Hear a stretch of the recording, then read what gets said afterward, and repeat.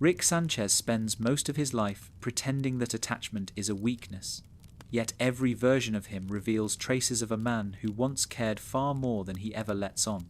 To understand why he fears attachment, you have to begin where his walls first took shape, in the quiet spaces before the chaos, in the moments he never talks about but never outruns. Rick is not someone who rejects connection because he finds it boring or beneath him. He rejects it because connection is the one thing that has ever truly frightened him, the one force that can reach into the core of his identity and rearrange it without his consent. His entire persona is built around avoiding that kind of vulnerability, whether through intellect, sarcasm, or interdimensional escape routes that make sure no feeling ever stays with him long enough to become real. When Rick was younger, long before the multiverse hardened him into a creature of infinite versions and infinite excuses, he was someone who believed in possibility. This part of him does not survive into the adult scientist we know, but its ghost lingers in his habits, in the way he stares a little too long at moments of peace, only to look away as if burned. Something in his past planted a seed of distance, and over the years he watered it with every disappointment, every betrayal, every reminder that caring makes you breakable. Rick is smart enough to understand cause and effect on a cosmic scale, yet when it comes to his own emotional history, he treats it like a dangerous equation, one he refuses to solve because he already knows the result. The answer is pain, and he has no interest in repeating it. This fear is not dramatic, it is slow, steady erosion. Each time Rick loses someone, or risks losing someone, he adds another layer to the armor. He hides behind the idea that intelligence frees him from the obligations of emotional connection, but deep down, he recognizes that intelligence only sharpens the ache. The clearer you understand the world, the more you understand how fragile everything in it truly is. For Rick, attachment becomes synonymous with inevitability, and that inevitability is loss. So he builds a life designed to minimize it. Gadgets replace trust, portals replace commitment, alcohol replaces reflection. He moves constantly, not because he enjoys motion, but because stillness invites memory, and memory is dangerous. One of the core reasons Rick fears attachment is the way he experiences guilt. Even when he refuses to acknowledge it, guilt is the gravitational force that shapes him. He carries a sense of responsibility for things that have shattered him, and for things he has shattered himself. In his mind, attachment and destruction often sit side by side. If he lets someone in, he risks failing them. If someone gets close to him, he risks being the cause of their downfall. This pressure becomes unbearable, so he eliminates the conditions under which it might arise. He convinces himself that distance is kindness, that detachment is safety. It is easier to hurt strangers than family, easier to leave than be left, easier to walk away pretending you never cared, than to stay and watch yourself slowly become the reason someone cries. Rick's genius also amplifies his fear. Most people handle attachment without predicting every possible worst-case outcome. Rick does not have that luxury. His brain runs simulations constantly, twisting the future into a series of breakpoints. Every bond becomes a potential point of failure, and every failure carries the weight of cosmic consequences. When he sees Morty, Summer, or even Beth reaching toward him for connection, part of him recoils not because he dislikes them, but because he can already see the 100 ways their closeness might collapse. Attachment, for Rick, is a multiverse of doom scenarios, and each scenario feels painfully plausible. His relationship with his daughter adds another layer to this fear. Their dynamic is tangled with unspoken longing and unresolved regret, and Rick knows that letting himself feel it too deeply could undo him. Loving Beth means acknowledging the years he missed, the mistakes he cannot undo, the alternate paths where he may have been someone better. Every moment he spends with her is a reminder of what he could have been and never was, and that kind of clarity is unbearable. So he hides behind humour, behind snide remarks, behind the illusion that he does not care.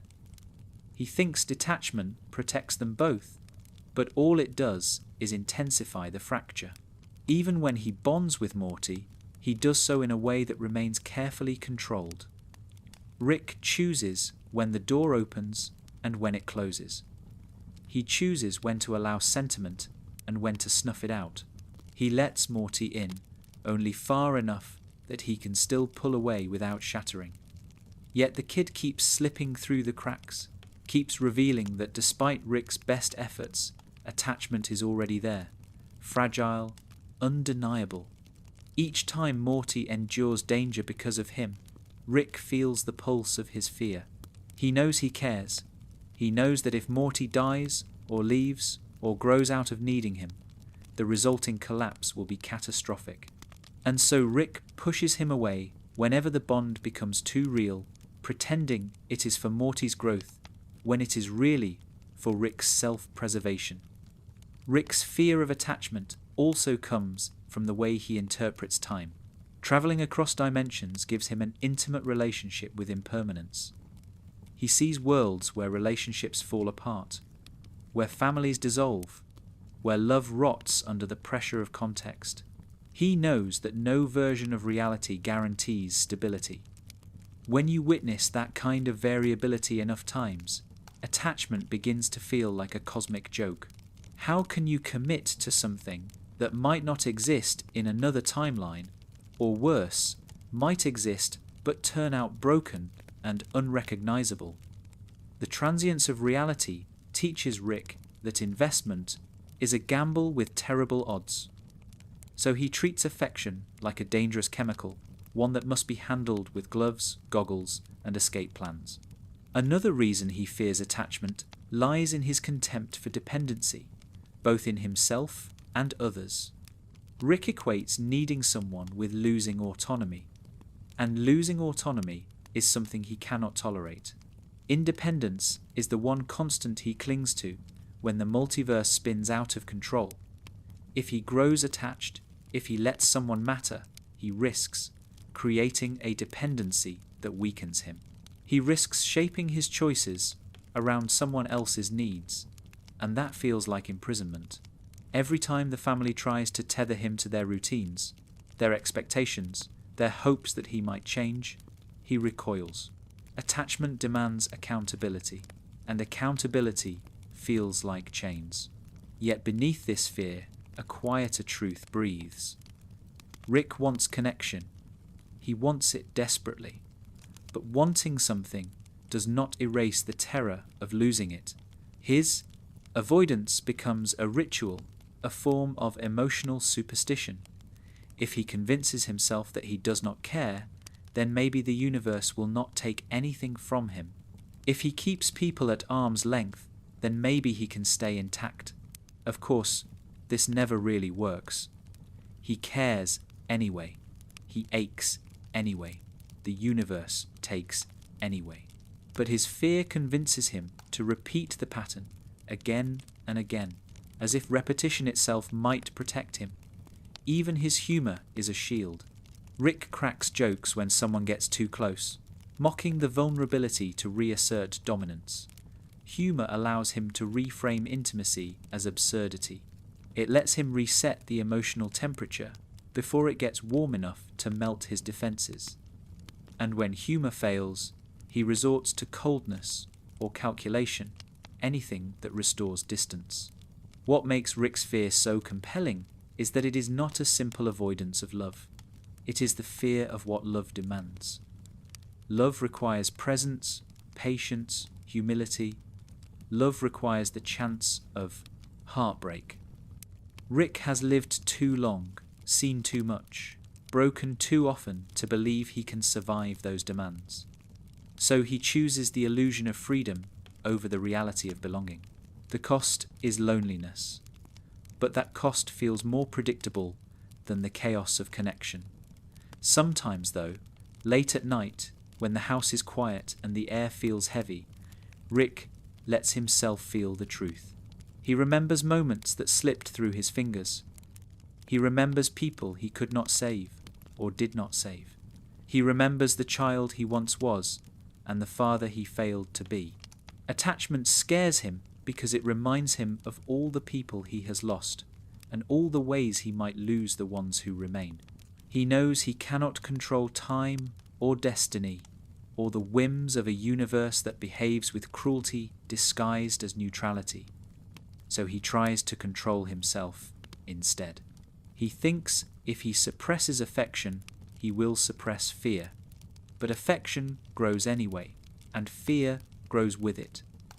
This contradiction becomes the heart of Rick's struggle. He wants connection, but connection makes him feel exposed.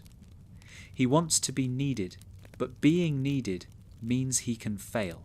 He wants to protect the people he loves, but loving them makes them targets in a universe that notices every vulnerability. Attachment is both his deepest longing and his deepest terror, and he cannot reconcile the two. Rick's fear is not cowardice. It is the residue of a lifetime filled with emotional landmines. Every relationship he has ever formed has taught him that closeness brings consequences, and though he tries to avoid those consequences, he never really escapes them. He only postpones them. Each portal he opens is another attempt to outrun the inevitability of caring, yet each jump leaves the fear intact. It travels with him like a shadow that no amount of dimensional shift can erase. In the end, Rick fears attachment because it is the one thing he cannot outsmart. He can rewrite physics, conquer death, bend the fabric of reality, but he cannot control the heart, his or anyone else's. And the idea of surrendering to something so unmanageable terrifies him far more than any cosmic horror he has faced. Rick Sanchez carries a universe of memories inside him, and each one shapes the way he withdraws from others. To understand why he fears attachment, you have to follow the trail of losses that shaped him long before he perfected the art of pretending he does not feel. This chapter goes deeper into the emotional architecture behind his fear, exploring how infinite possibilities become infinite grief, and how grief becomes a philosophy that isolates him behind jokes, explosions, and half-finished sentences he will never admit are confessions. Rick does not just lose people in one lifetime, he loses them across countless realities. When you can step into infinite versions of existence, every bond becomes fragile. You start to see the threads that hold relationships together, and all the ways they can snap. Rick sees those threads with painful clarity. He cannot shut off the awareness that for every person he cares about, there are versions of them dead, broken, replaced, erased, or living lives so different that the connection he knows could vanish with a single choice. This creates a kind of emotional vertigo. How do you attach yourself to someone when your brain keeps reminding you that you have already lost a version of them somewhere else, or that you might lose this version next? The multiverse does not give you permanence, it gives you a map of every possible heartbreak. Most people grieve once for each loss. Rick grieves in a loop that never ends. Every reality becomes a ghost story, and those ghosts follow him no matter how far he travels. He drinks to blur them, invents to outrun them, jokes to keep them quiet, but they hover just beneath the surface of his consciousness. When he stares at his family during moments of stillness, there is a flicker in his eyes that reveals he has seen too many versions of this picture fall apart. His fear of attachment is not irrational. It is informed by experience that no human mind was meant to carry. Even when he chooses to isolate himself, the echo of past bonds keeps humming inside him. Rick knows what it feels like to care deeply. He knows what it feels like to invest himself in someone, to let them shape his routines, to let them occupy the silent spaces in his mind. These experiences are not hypothetical. They are memories, even if he refuses to talk about them. And the more meaningful the bond was, the sharper the pain when it ended. Some losses still define him.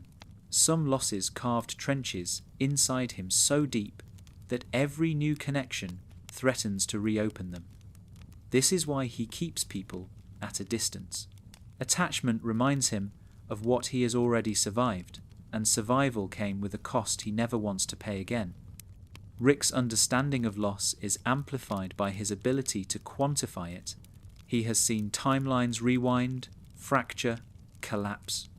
He has stood inside the ruins of choices he once made, watching the consequences unfold with clinical clarity. Most people experience heartbreak emotionally.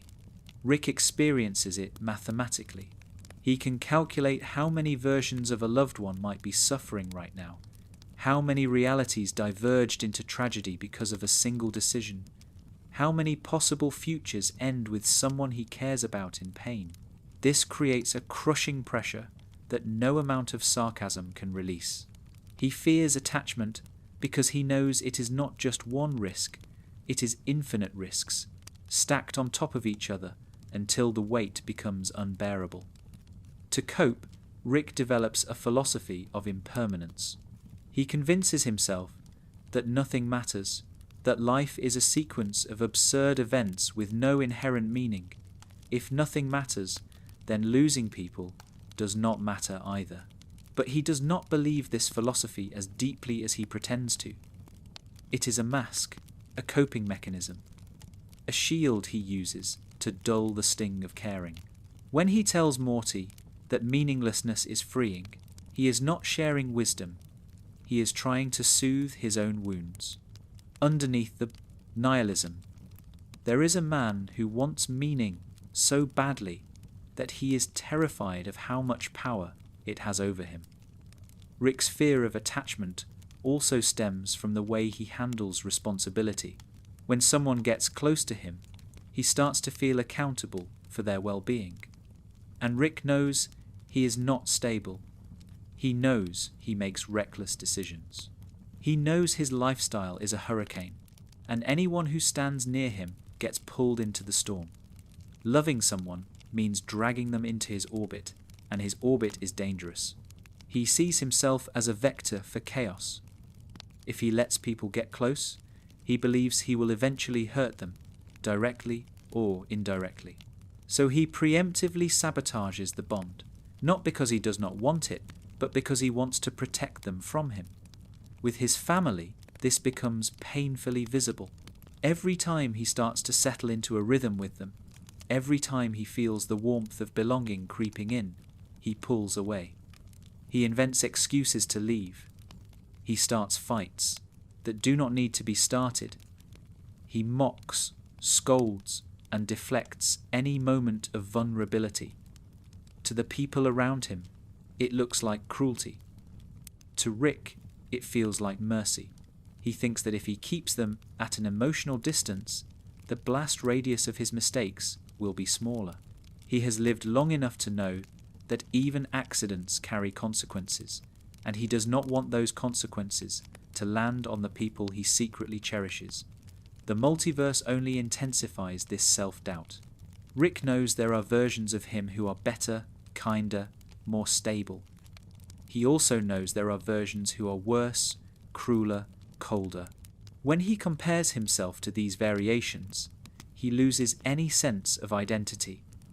If infinite Ricks exist, what makes him worth loving? What makes him unique in any meaningful way? Attachment requires a sense of self, and Rick's self is fractured across countless realities. He fears letting someone love him because he cannot reconcile the idea that he is a single person when every version of him contradicts that idea. His fear becomes a philosophical crisis. How do you commit emotionally when you do not believe in your own singularity? Another factor behind Rick's fear is the way he processes time, not just across dimensions, but within his own lifespan. He experiences time unevenly. Some days feel endless, like an eternity of regret replaying itself in slow motion. Other days vanish in a blur of stimulation and escape. This unevenness makes relationships difficult. Human bonds thrive on consistency, but Rick's relationship with time is fractured.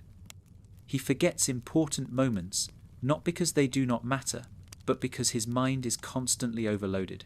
He remembers other moments too vividly, unable to escape them, even when he tries.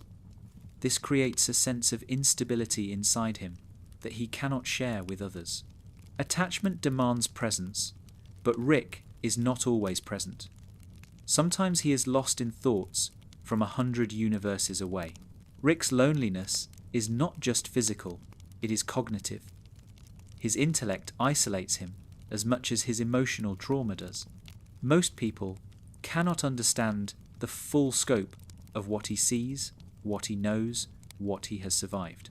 Trying to connect with someone requires diluting his thoughts, simplifying his fears, compressing his perception into something that fits the human scale. This cognitive compression feels suffocating. It makes him feel alien, even among people who care about him. When he fears attachment, part of that fear is rooted in the dread of being misunderstood. He knows that if he lets someone in completely, they will see the parts of him he wishes did not exist, and they may not be able to handle what they find. Yet despite all this, Rick desires connection deeply. The fear does not cancel the longing, it twists it. It makes him crave closeness, even as he runs from it. This contradiction pulls him in two directions at once, creating internal conflict that he never resolves. Some days he reaches out. Other days he buries himself in work, technology, or distraction. He oscillates between wanting to be held and wanting to disappear. The people around him never know which version of him they will get, and sometimes neither does he. The tragedy of Rick's fear is that it stems from love rather than the absence of it. He fears attachment because he loves too intensely. His emotions are too large, too overwhelming, too intertwined with every universe he has touched. If he loved less, attachment would be easier. But Rick is a man whose heart feels in extremes, even if his face never shows it. He loves in the same way he thinks, boldly, dangerously, without limits. And limitless love means limitless risk. So he suppresses it, not because he does not want it, but because wanting it terrifies him.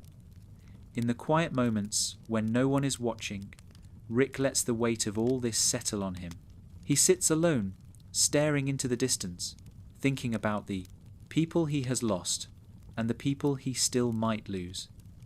He knows attachment is inevitable. He knows he already cares more than he should. But he also knows that if he surrenders to it fully, the universe will eventually punish him for it.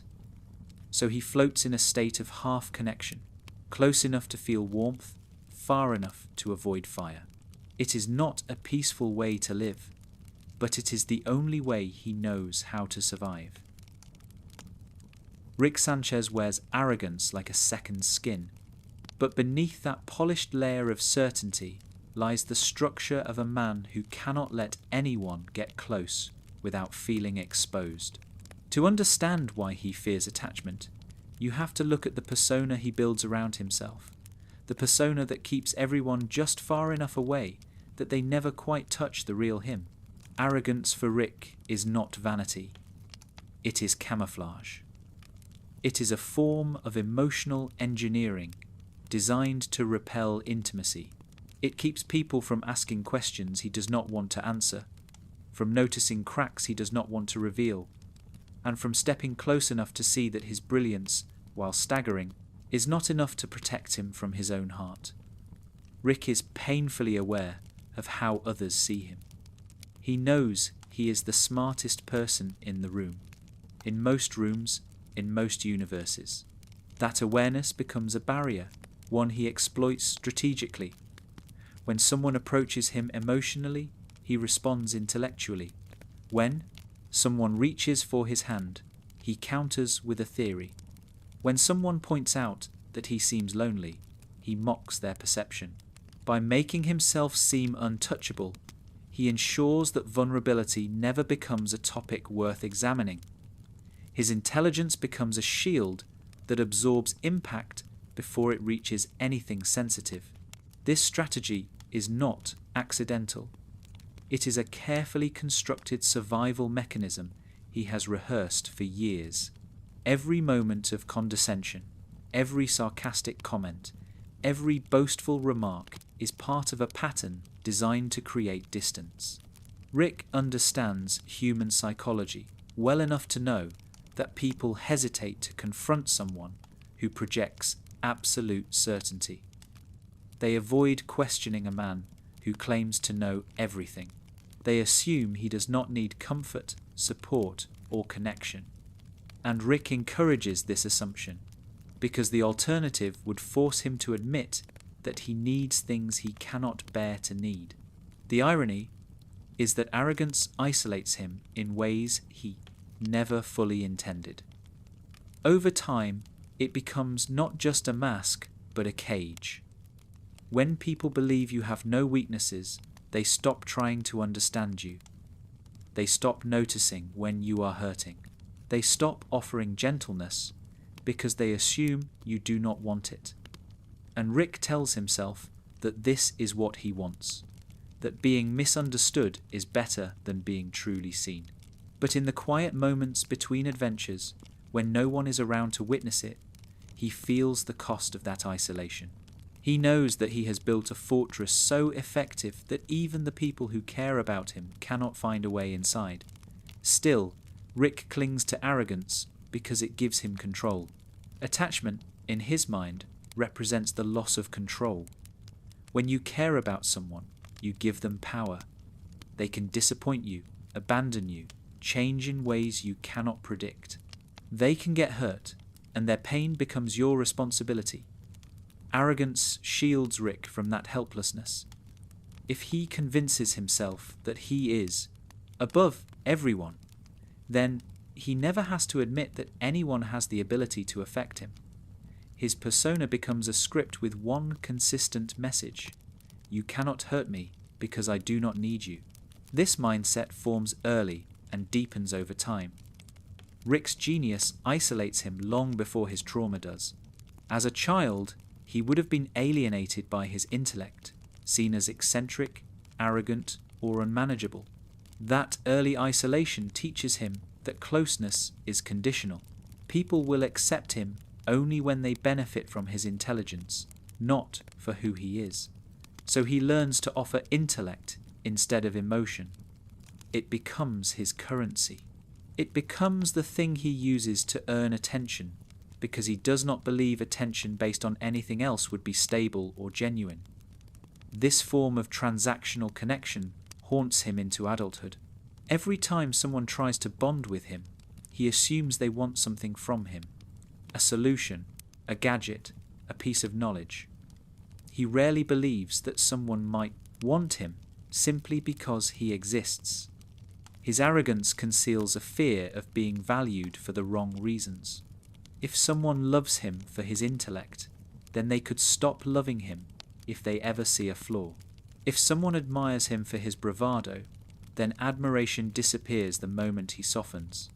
Attachment becomes a risk of being abandoned, not for failing them emotionally, but for failing them intellectually. And that possibility terrifies him in a different way. It means he is replaceable. Arrogance also gives Rick a sense of control over his narrative. If he acts like he does not care, then he never has to face the vulnerability of trying and being rejected. If he pushes people away before they push him away, then he remains in charge of the separation. This control becomes addictive. It prevents him from taking emotional risks. It convinces him that he can shape relationships entirely on his own terms. But in reality, it keeps him from building anything substantial. every meaningful connection requires surrender. Rick refuses to surrender even the smallest fraction of himself because surrender feels like danger. Even with his family, this pattern continues. When they express concern or affection, Rick cuts them down with a joke or a dismissive remark. He keeps the tone light enough that they cannot accuse him of cruelty, but sharp enough that they hesitate to try again. This dynamic preserves his emotional distance. It also convinces the people around him that he cannot be reached. They interpret his arrogance as indifference. They do not see it as fear. Rick never corrects that misconception, because correcting it would require revealing the truth. And the truth is that he is terrified of needing them more than they need him. Rick's arrogance also functions as a preemptive strike against disappointment. If he assumes no one is worth attaching to, then he never has to face the reality that he might be wrong. If he assumes that everyone is limited, flawed, or predictable, then he never has to confront the possibility that someone might surprise him, inspire him, or change him. Attachment requires hope. Arrogance eliminates hope before it forms. It keeps the world predictable, manageable, devoid of emotional risk, but it also removes the possibility of joy. Rick understands this, but he convinces himself that joy is an illusion, that it cannot outweigh the pain that follows. So he settles for control instead of happiness. Arrogance also protects Rick from something deeper, something he refuses to acknowledge. If he lets someone get close enough to see the real him, they will see a man riddled with contradictions. A man who wants connection but fears dependency. A man who saves worlds but cannot save himself. A man who hides behind genius because genius is easier than honesty. Arrogance keeps those contradictions hidden. It simplifies his identity into a role he can sustain indefinitely. It keeps the messy parts of him safely locked away, protected from examination. Yet the cracks still show. In moments of intense stress, Rick's arrogance slips. You can see the fear behind his bravado, the panic behind his confidence. These moments reveal that his armor is not as impenetrable as he pretends. And after those moments pass, he doubles down on the persona, reinforcing it with even sharper quips and even colder dismissals. Each time he breaks, he rebuilds his armor thicker. Each time he feels something real, he buries it deeper. This cycle becomes a rhythm he cannot escape, because it is the only way he knows how to cope with vulnerability.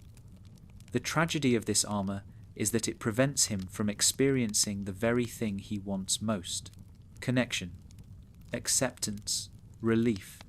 Arrogance gives him safety, but it also gives him loneliness. It protects him from the pain of attachment, but it also isolates him from the possibility of healing. Rick understands this intellectually, but he cannot bring himself to act on it emotionally. He fears that if he tries to form a real bond, he will fail, and the failure will shatter him in ways he cannot repair. Attachment demands humility, and humility is something Rick has spent his entire life avoiding. He sees humility as weakness, vulnerability as exposure, emotional honesty as a liability. But deep down, he knows the truth. Arrogance is a mask, and it is exhausting to wear. He longs for moments where he does not have to pretend, where he does not have to be the smartest or the strongest or the most detached person in the room. But he cannot bring himself to lower the mask, because the fear of vulnerability outweighs the desire for connection. In the end, Rick's arrogance is not about believing he is superior. It is about believing that if he is not superior, he is unlovable. Attachment requires believing that you are worth loving, even when you are flawed. Rick has never learned how to believe that, so he hides behind a persona that keeps the world at a distance, hoping that distance will protect him from pain. It does, but it also prevents him from experiencing the closeness he secretly longs for. Rick Sanchez fears attachment partly because every bond he forms comes with expectations, and expectations feel like gravity. They pull him toward versions of himself he does not believe he can sustain. They force him to confront who he is, who he was, and who he should be, and Rick cannot tolerate that kind of emotional weight. Expectations expose vulnerability. They challenge his independence. They remind him that other people have hopes for him, hopes he might disappoint. And disappointment, for Rick, is one of the few outcomes he fears more than death. From the moment Rick enters a room, people project things onto him. Some expect brilliance, some expect chaos, some expect guidance, some expect destruction. Rick can handle the expectations based on intellect, because those are easy to meet. Solving problems is a task he can complete in seconds. Reversing time, healing wounds with science, breaking physics for convenience, these expectations barely register. It is the emotional expectations that unsettle him. When someone expects him to be present, consistent, honest, or loving, he feels pressured in ways that his intelligence cannot compensate for. His entire identity is built on unpredictability, so when people want him to act responsibly or kindly or patiently, it feels like a trap. Rick knows he is inconsistent. He knows his emotional availability swings like a pendulum. Some days he is warm in subtle ways, offering small gestures that reveal he cares more than he will say. Other days he is cold, distant, unreachable. He cannot predict his own reactions, so he cannot handle situations where others expect him to respond correctly. Attachment requires reliability, and Rick does not believe he can provide it. The moment someone expects him to be steady, he feels the pressure building. When he feels pressured, he runs. Running feels safer than risking failure. This avoidance does not always appear as fear. Often, it takes the form of irritation. Rick gets defensive when others expect emotional growth from him. A slight suggestion that he should change triggers immediate pushback. He sees it as an intrusion on his autonomy. Attachment implies responsibility. Responsibility implies standards. And standards imply the possibility of falling short.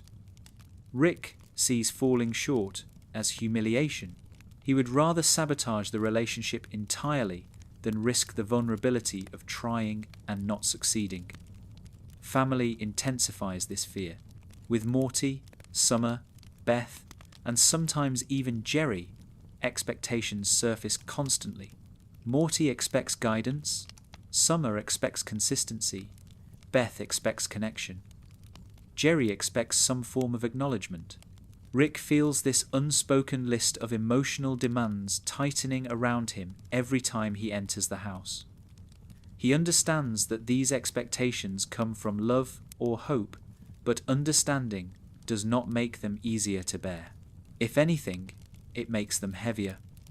Each expectation reminds him that no matter how much he does, someone will want something more. And the more they want, the more he fears letting them down. Rick also associates expectations with past trauma. At some point in his life, he was expected to be someone he could not be or could not remain. Whether it was as a partner, a father, or a friend, he felt the pressure of emotional responsibility collapse around him. When those relationships fractured, he absorbed the blame. Even if the fault was shared, Rick internalized the idea that he was the weak link, the one who could not deliver, the one who caused the collapse. Since then, any expectation feels like a precursor to failure. He cannot see emotional expectations without remembering previous failures, and that memory shapes his instincts. Another reason Rick fears expectations is that they demand transparency. When someone expects something from him emotionally, They expect consistency, and consistency reveals patterns. Rick does not want anyone to understand his patterns. He does not want anyone to notice when he is spiraling, or when he is quietly grieving, or when he is pretending to be fine. Expectations force him into a spotlight he cannot escape. If he shows affection once, people expect it again. If he stays for dinner one evening, they might expect him the next evening. Every small moment becomes a potential obligation, and Rick does not want to be obligated to anyone. Obligation feels like a slow erosion of freedom. Freedom is Rick's highest value. He believes that to stay unbound, he must remain unattached, unpredictable, unaccountable. Expectations threaten that freedom. They require plans, promises, and presence. Rick has spent years convincing himself that presence kills possibilities. The more he stays in one place, the more predictable he becomes. The more predictable he becomes, the more vulnerable he feels. Expectations ask him to give up freedom in exchange for stability. But stability feels unnatural to someone whose identity thrives on motion. So he rejects expectations as a way of preserving autonomy. Yet Rick craves some parts of what expectations represent. He wants to be valued. He wants people to believe in him. He wants connection that feels secure, recognition that feels genuine, and love that feels unconditional. But expectations, even loving ones, remind him that unconditional love rarely exists. Most love comes with terms, spoken or unspoken. Rick cannot bear the thought of disappointing those terms. If someone expects him to be a good father, for example, he thinks of every moment he was not. If someone expects him to be a responsible mentor, he thinks of every time he placed Morty in danger. Expectations make him hyper-aware of his flaws. Attachment exposes these flaws, and Rick cannot stand the spotlight of emotional accountability. This fear also manifests in his relationships with peers. When someone respects him too much, he worries they will eventually see through the persona and discover the persona, parts of him that feel hollow. When someone admires him, he feels the dread of eventually disappointing that admiration. When someone challenges him emotionally, he sees it as an assault rather than an invitation. Rick interprets emotional expectations as threats to his identity. He fears that if he allows someone to expect too much, he will eventually collapse under the pressure. Rick's genius makes expectations more complicated. People assume that because he can do anything scientifically, he can do anything emotionally. They assume he can fix himself as easily as he fixes machines. They assume he can heal relationships as quickly as he repairs technology. But emotional repair requires honesty, and honesty requires presence, and presence requires vulnerability. Rick is comfortable with none of these things. The expectation that he can solve emotional problems makes him defensive. When someone says he should try therapy, try opening up, try bonding, he hears it as an accusation. It sounds like, you are broken and you should not be. It sounds like, others manage these things, so you should too. This sense of comparison deepens his fear of attachment. Rick also fears the permanence implied by expectations. When someone expects something from him, they assume he will remain consistent over time. Rick has lived too long and seen too much to believe in permanence. He knows that feelings shift, people change, circumstances collapse. He cannot commit to long-term emotional responsibility because he does not trust stability. When someone expects love, he fears he will not feel it tomorrow. When someone expects forgiveness, he fears he will not have enough of it left. When someone expects emotional presence, he fears that he will eventually disappear. His mind is too volatile for promises. The more people expect from Rick, the more he distances himself. It becomes a self-fulfilling cycle. He pulls away to avoid failing them. They interpret the distance as indifference. They lower their expectations in hurt or frustration. Rick interprets the lowered expectations as rejection. The cycle repeats until the bond frays. This pattern reinforces his belief that attachment is dangerous, that expectations always lead to disappointment, and that emotional closeness never ends well. Rick's fear of expectations also stems from a lack of trust in himself. He knows his impulses. He knows his destructive tendencies. He knows that he self-sabotages when emotions run high. He believes that being close to someone makes them vulnerable to his mistakes. When someone expects him to be gentle, he worries he cannot be. When someone expects him to stay, he worries he will run. When someone expects him to open up, he worries he will shut down at the worst possible moment. This self-distrust becomes another barrier to attachment. He protects others from himself by keeping expectations low. Yet beneath all this, there is a quieter truth. Rick wishes he could meet the expectations of the people he cares about. He envies those who can. He watches other families interact and feels a flicker of longing that he tries to extinguish immediately. He wants to be the father, grandfather, mentor, or partner that people imagine he could be.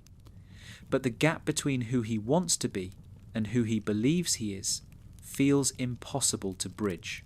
The fear of failing those expectations becomes stronger than the desire to meet them. In the end, Rick fears attachment because expectations turn relationships into tests he believes he will fail. When he feels expected to love, he thinks of past heartbreaks. When he feels expected to stay, he thinks of every moment he fled. When he feels expected to change, he thinks of every attempt that collapsed under the weight of his own self-hatred.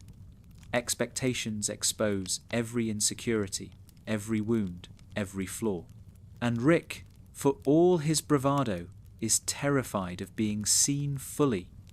Attachment requires full visibility. Expectations illuminate the parts of him he most wants to hide. Rick Sanchez fears attachment because every time he lets someone close, something inside him collapses afterward. The collapse is not dramatic. It is not a single moment of ruin. It is gradual and corrosive, a slow crumbling of emotional stability that Rick has never learned to manage. He knows this collapse well. It has followed him through relationships, through friendships, through fleeting moments of trust.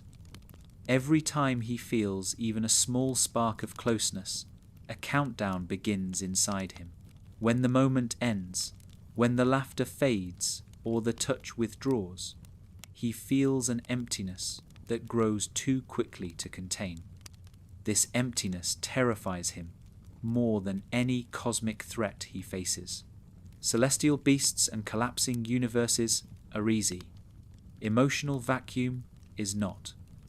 For Rick, connection is a high that always ends with a crash. He cannot sustain emotional closeness without losing balance. When someone reaches him emotionally, it awakens parts of him he works hard to bury. It stirs guilt, longing, regret, and a desperate need for comfort he refuses to ask for. The more intense the connection, the worse the collapse becomes after it. Rick has conditioned himself to avoid these highs because he cannot face the aftermath. If you never climb, you never fall. He repeats this to himself constantly. It is one of the quiet lies he uses to survive. Rick experiences emotional connection in a way that overwhelms him physically. Genuine affection or admiration disarms him. It bypasses his defenses faster than logic can intervene. In a strange way, affection hits him harder than danger. Danger energizes him. Affection freezes him. When someone shows him love, He becomes aware of everything he has done that contradicts the idea that he deserves it. He feels exposed, small, undeserving, and guilty. Attachment makes him aware of the gap between the person he wants to be and the person he is. This awareness hurts more than anything the multiverse can throw at him. Because of this, Rick often sabotages connections right after they are formed. If he laughs with someone, he becomes cold shortly after. If he opens up even slightly, he retreats into silence or sarcasm. If he allows someone to comfort him, he pushes them away at the first opportunity. These reactions are not random. They are attempts to prevent the collapse by controlling the timing. If he ruins the moment himself, he does not have to wait for it to end naturally. If he hurts someone early, he does not have to watch them walk away later. Rick chooses the lesser pain, even when the lesser pain destroys the possibility of something good. What makes the collapse so destructive is its cyclical nature.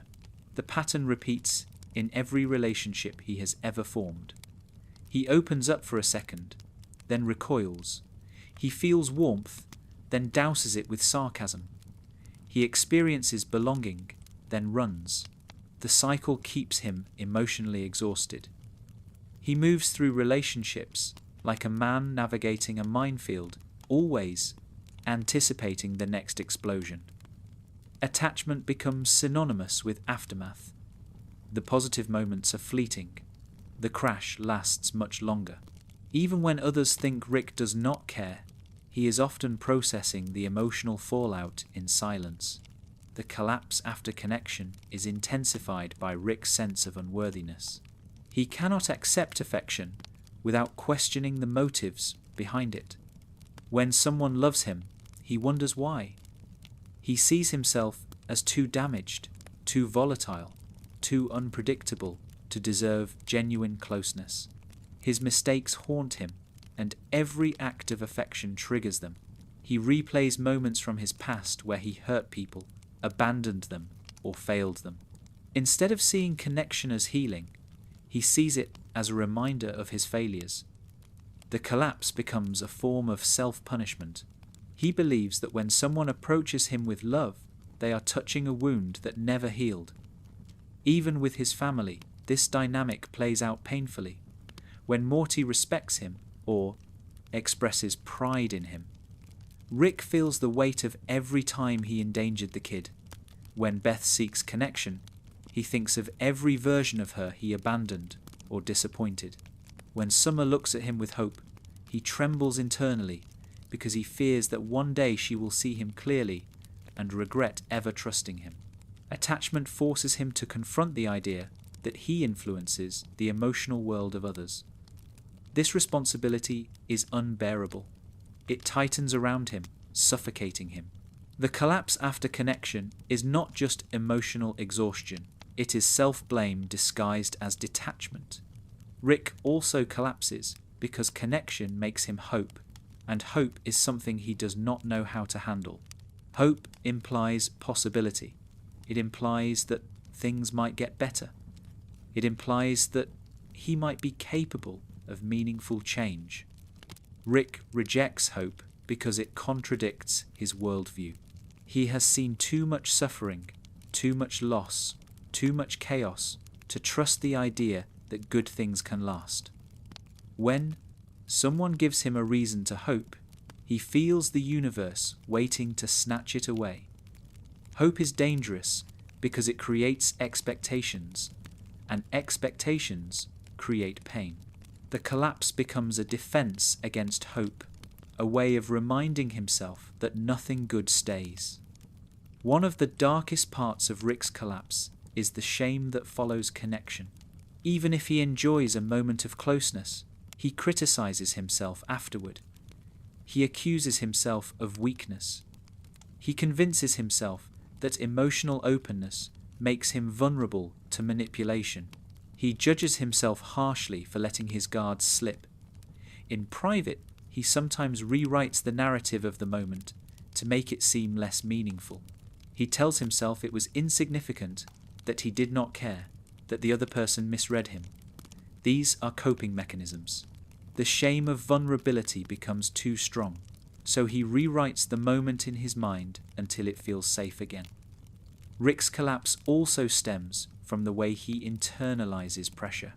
When someone cares about him, he feels obligated to give something back. Obligation feels like a threat to his autonomy. He worries he will not be able to reciprocate properly. He fears disappointing the person who connected with him. Instead of risking that, he distances himself. He withdraws emotionally before he can fail. This preemptive retreat destroys relationships before they have a chance to develop, but it protects Rick from the pain of watching himself fall short of someone's expectations. Another reason for the collapse is Rick's neurological relationship with intensity. His life is filled with extreme experiences. He moves through dimensions, faces impossible threats, and manipulates reality with casual confidence. Emotional intensity, however, overwhelms him more than physical or intellectual challenges. He is not wired for gentle transitions. When he feels something strongly, it consumes him. After experiencing connection, he often shuts down to regain balance. His brain, emotional system overcorrects, swinging from closeness to isolation. He does not know how to moderate. He deals in extremes because balance feels foreign. Even when others give him space to process, Rick internalizes the idea that he is letting them down. The collapse becomes a self-fulfilling prophecy. He withdraws, the other person feels hurt or confused, and Rick interprets their reaction as proof that attachment is harmful. This reinforces his belief that he should avoid closeness. Every collapse deepens his fear, making it harder for him to try again. At the core of his collapse is grief. Rick carries grief like a constant companion. When he connects with someone new, it reminds him of those he has lost. It reopens old wounds, bringing back memories he tries to suppress. The joy of connection becomes tangled with the pain of absence. He fears that letting someone in means one day losing them, and the collapse becomes a preemptive mourning. He grieves the end of the connection before it even has a chance to begin. This grief is too heavy to manage, so he withdraws to avoid suffocating under it. Despite all this, Rick longs for connection. The collapse does not mean he does not want affection. It means affection affects him too deeply. He feels too much, too quickly, with too much force. He fears the aftermath because he knows he cannot hide from it.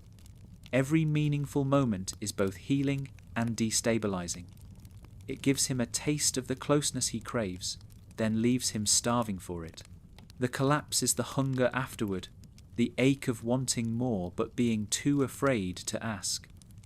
It is the pain of imagining a life where connection is safe and knowing he is not equipped to live it. The tragedy of Rick's collapse is that it is invisible.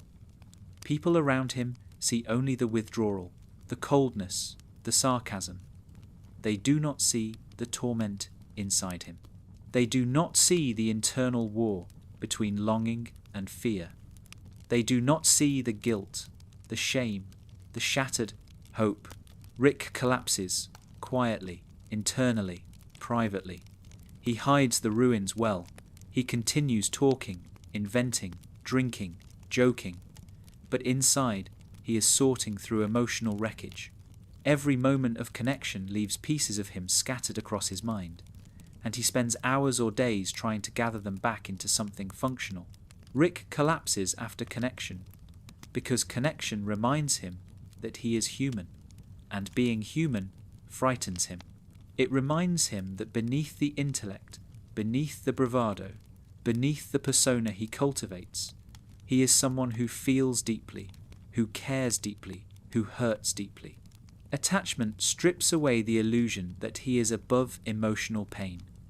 It forces him to confront the truth he fights hardest to hide. And when that truth becomes too heavy, he collapses under its weight. Rick Sanchez does not fear attachment only because of what it adds to his life.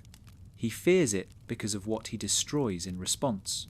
When closeness approaches, Rick sabotages it instinctively. He does it with such precision and speed that you would think it was planned, but it is not. It is a reflex born from years of emotional conditioning, a survival response that triggers whenever connection threatens to touch the parts of him he has buried. Sabotage is Rick's way of staying safe. It is also the reason he remains lonely. For Rick, sabotage is not a single behavior, it is a system. It includes sarcasm at the wrong moment, withdrawal at the right moment, deflection when someone gets too close, and explosive decisions when his walls are on the verge of cracking. These moves are not random.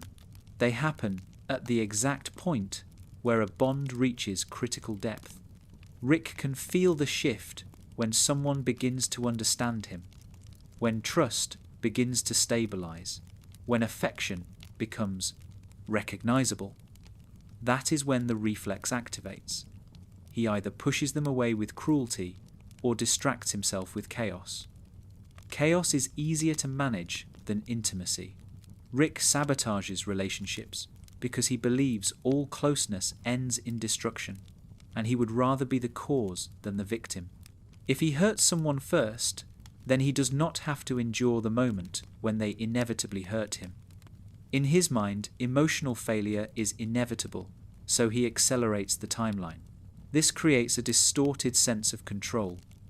He cannot control affection, but he can control its end. Ending it early feels safer than watching it fall apart on its own. Rick convinces himself that sabotaging a bond is the lesser tragedy. Losing people by choice is less painful than losing them by chance. This reflex often appears in the form of dismissive humor. When someone expresses genuine concern or affection, Rick undercuts it with a joke. Humor becomes a shield that turns sincerity into absurdity. If he can frame a vulnerable moment as ridiculous, then he does not have to feel the intensity behind it. Humor is his diversion, his way of shifting the emotional tone before it overwhelms him. If the person laughs or backs off, he interprets that as relief. If they do not, he escalates the sabotage. Sometimes, sabotage takes the form of intellectual superiority. When someone approaches him emotionally, Rick suddenly becomes the scientist again. He reduces the moment to logic. He explains, analyzes, theorizes. He talks about the futility of emotion, the meaninglessness of existence, or the complexity of human behavior. He intellectualizes the moment until it is no longer personal. If he can turn emotion into data, he does not have to feel it. This is one of Rick's subtlest forms of sabotage, because it looks like engagement. It is not. It is avoidance disguised as participation. In more extreme cases, Rick sabotages connection through self-destruction.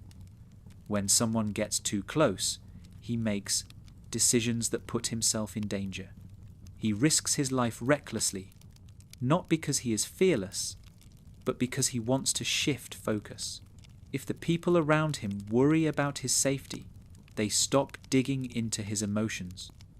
Self-destructive behavior becomes a diversion. It creates chaos that replaces intimacy. It also reinforces his belief that he is too dangerous or unstable to attach to anyone. If he nearly dies, he can justify keeping distance. He can say that closeness puts them at risk. The sabotage reflex also manifests in the way Rick manipulates time and space. When emotional tension gets too strong, he simply leaves. He opens a portal and disappears. He vanishes into another universe for hours, days, or weeks. To others, it looks callous. To Rick, it is panic. Running is easier than explaining. Distance feels like protection.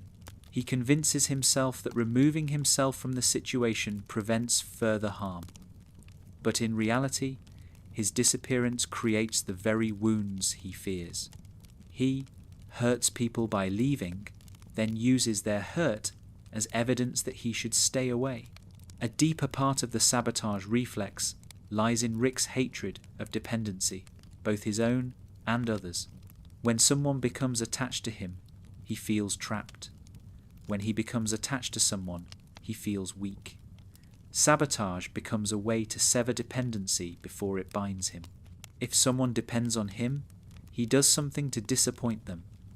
If he depends on someone, he does something to distance himself. He believes that independence is the only safe emotional state. Attachment threatens that independence, so he attacks the root of the dependency before it forms. Sabotage is also tied to Rick's self-image. He does not believe he deserves stable affection. When someone treats him with love, he assumes they misjudged him. He thinks that if they truly knew him, they would withdraw. So he reveals the ugliest parts of himself deliberately. He shows them the chaos, the cruelty, the recklessness. He tests them. He pushes until they break. When they eventually reach their limit, he tells himself he was right all along. They left because he is unlovable. He caused the collapse, but he interprets it as evidence. This circular logic keeps him trapped in loneliness. With family, this pattern becomes particularly painful. Rick sabotages quiet moments with Morty because quiet moments feel too meaningful. He undercuts Summer's admiration because admiration feels like a responsibility he cannot uphold. He avoids Beth's attempts at bonding because bonding reminds him of past failures he cannot fix. Sabotaging these moments is not an act of cruelty, it is an act of fear. Rick believes he cannot maintain the closeness his family wants. Rather than failing them slowly, he fails them instantly. It is quick, controllable, predictable. Familiar pain is easier to manage than unexpected pain. Rick's sabotage reflex also ties into his fear of emotional memory. When he experiences a sincere moment, it sticks with him. Days later, he remembers it at random, and the memory destabilizes him. To prevent this, he ruins moments before they become memories worth replaying.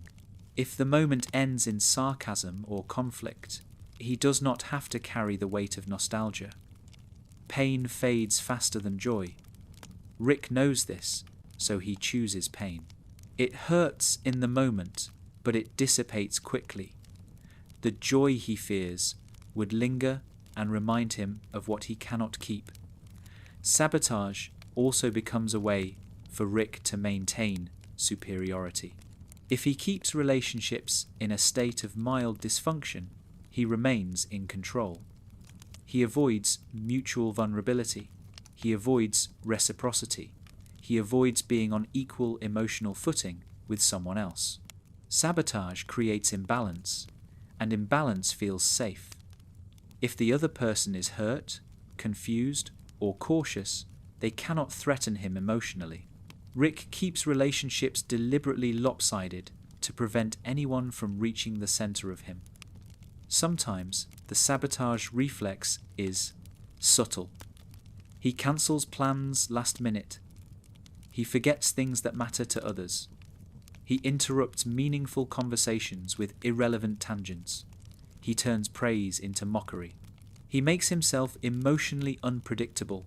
The goal is always the same. If the people around him cannot predict his emotional state, they cannot rely on him. If they cannot rely on him, attachment weakens. This unpredictability is intentional. It keeps affection fragile, so it cannot hurt him later. Other times, sabotage is explosive. He picks a fight without reason. He insults someone he cares about. He makes a reckless decision that disrupts the moment entirely. These explosions are not about anger, they are about fear. When emotions peak, Rick panics. His mind scrambles for escape. the fastest escape is destruction. If he breaks the moment, he does not have to feel it. One of the saddest truths about Rick's sabotage reflex is that he regrets it almost immediately. After the moment passes, he knows he pushed too hard, said too much, or left too quickly. He feels the sting of his own choices. But instead of apologizing, he convinces himself the moment was doomed anyway. Apologizing feels too vulnerable. Admitting regret feels too raw. So he pretends not to care. This pretense deepens the wound and makes the next moment of sabotage more likely. Despite all this, Rick wishes he could stop sabotaging connection. He knows the pattern destroys every chance he has at closeness. He knows he isolates himself with every reflexive action. He knows he hurts people who genuinely want him in their lives. But fear is stronger than desire. Sabotage is easier than sincerity. Distance is easier than transformation. Rick is a man who wants emotional peace, but does not believe he can survive the path required to earn it. Sabotage keeps him safe. It also keeps him alone. It is both his shield and his prison. Attachment threatens to unlock doors he has spent years barricading. Sabotage ensures those doors stay shut. It protects him from imaginary devastation. It prevents real connection. It sustains his fear. It consumes his possibilities. Rick sabotages because attachment reveals the truth he cannot bear, that he is capable of love, and that love terrifies him. Sabotage is his attempt to outrun that terror. But no matter how fast he moves, no matter how many universes he escapes into, the fear follows. Because the fear is not outside him. The fear is him. Rick Sanchez fears attachment for many reasons. But one of the deepest, most quietly devastating sources of that fear is the terror of being needed. Being needed looks simple from the outside. It looks like belonging, purpose, connection. But to Rick, it feels like a trap. It feels like a weight that tightens around him every time someone relies on him, every time someone turns to him for help, every time someone looks at him as if he is the answer to something they cannot solve alone. This chapter explores why being needed frightens him so intensely, why it triggers panic instead of pride, and why the very idea of emotional dependence makes him retreat into himself. Rick has built his life on the idea of independence, not just physical independence, but emotional and existential independence. He believes that relying on others creates vulnerability, and equally that others relying on him creates responsibility he cannot carry. When someone needs him, Rick feels an invisible tether forming. That tether feels like a threat to his freedom, and freedom is the closest thing he has to a guiding principle. If he allows someone to depend on him, he risks losing control of his decisions, his space, and his identity. He fears the subtle ways emotional obligation can reshape him, and he fears failing those obligations even more. Being needed makes Rick aware of something he avoids at all costs: his own influence. When someone turns to him, they are trusting his judgment, his protection, his stability. Rick knows he can provide genius. He knows he can provide solutions. What he cannot guarantee is emotional consistency. He does not trust himself to be the steady presence others assume he could be. He fears that if someone needs him deeply, they will eventually see the fractures in him.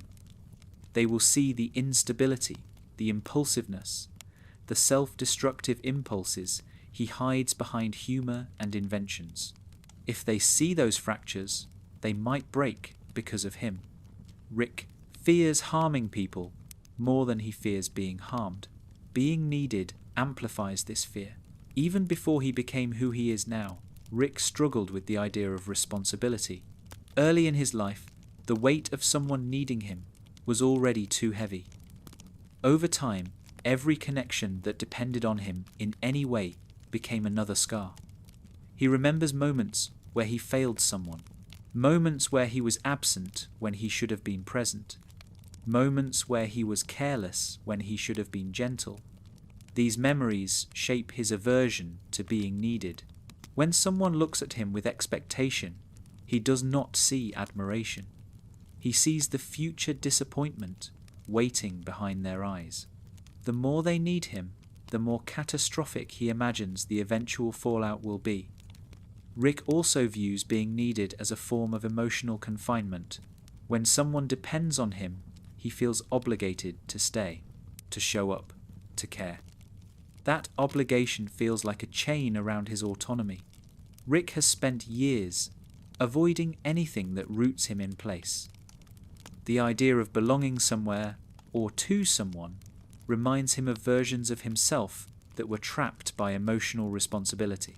He associates being needed with being stuck, and being stuck terrifies him more than loneliness. This fear plays out most clearly in his relationship with Morty. Morty needs him in ways Rick cannot ignore, for guidance, for adventure, for reassurance, for connection. Rick pretends to be indifferent to this need, but it affects him deeply. Morty's dependence activates Rick's panic because it exposes the gap between who he is and who Morty believes he can be. Every time Morty asks for help or looks to him for leadership, Rick feels the tension between his desire to protect the kid and his fear of being the anchor in someone else's life. He wants to be good for Morty. He does not trust himself to succeed. This is why Rick alternates between mentorship and destruction. Sometimes he teaches Morty valuable truths. Other times he pushes Morty into situations he is not ready for. This inconsistency is not random. It is Rick trying to weaken the bond. Morty needs him too much, so Rick tries to make him need him less. He gives Morty responsibility too quickly. He pushes him into danger. He exposes him to harsh realities. Rick tells himself that he is preparing Morty for the universe, but deep down, he is afraid of the responsibility of being someone's foundation. If Morty becomes strong enough to stand alone, Rick can breathe again. Yet Rick also fears the opposite. If Morty ever stopped needing him, Rick believes he would lose his last meaningful connection. This contradiction tears him apart. If Morty needs him, he panics. If Morty does not need him, he grieves. He is stuck between wanting closeness and wanting freedom, between wanting to protect someone and wanting to disappear. Being needed creates a type of emotional pressure he cannot tolerate, and not being needed leaves him feeling hollow. He exists between these two truths, unable to rest in either one. The same tension exists with Beth. Her need for him is different from Morty's, but it is equally heavy. Beth seeks validation, answers, identity. She wants her father to help her understand herself, to reassure her that she is enough, to fill the emotional void she has carried since childhood. Rick cannot handle this.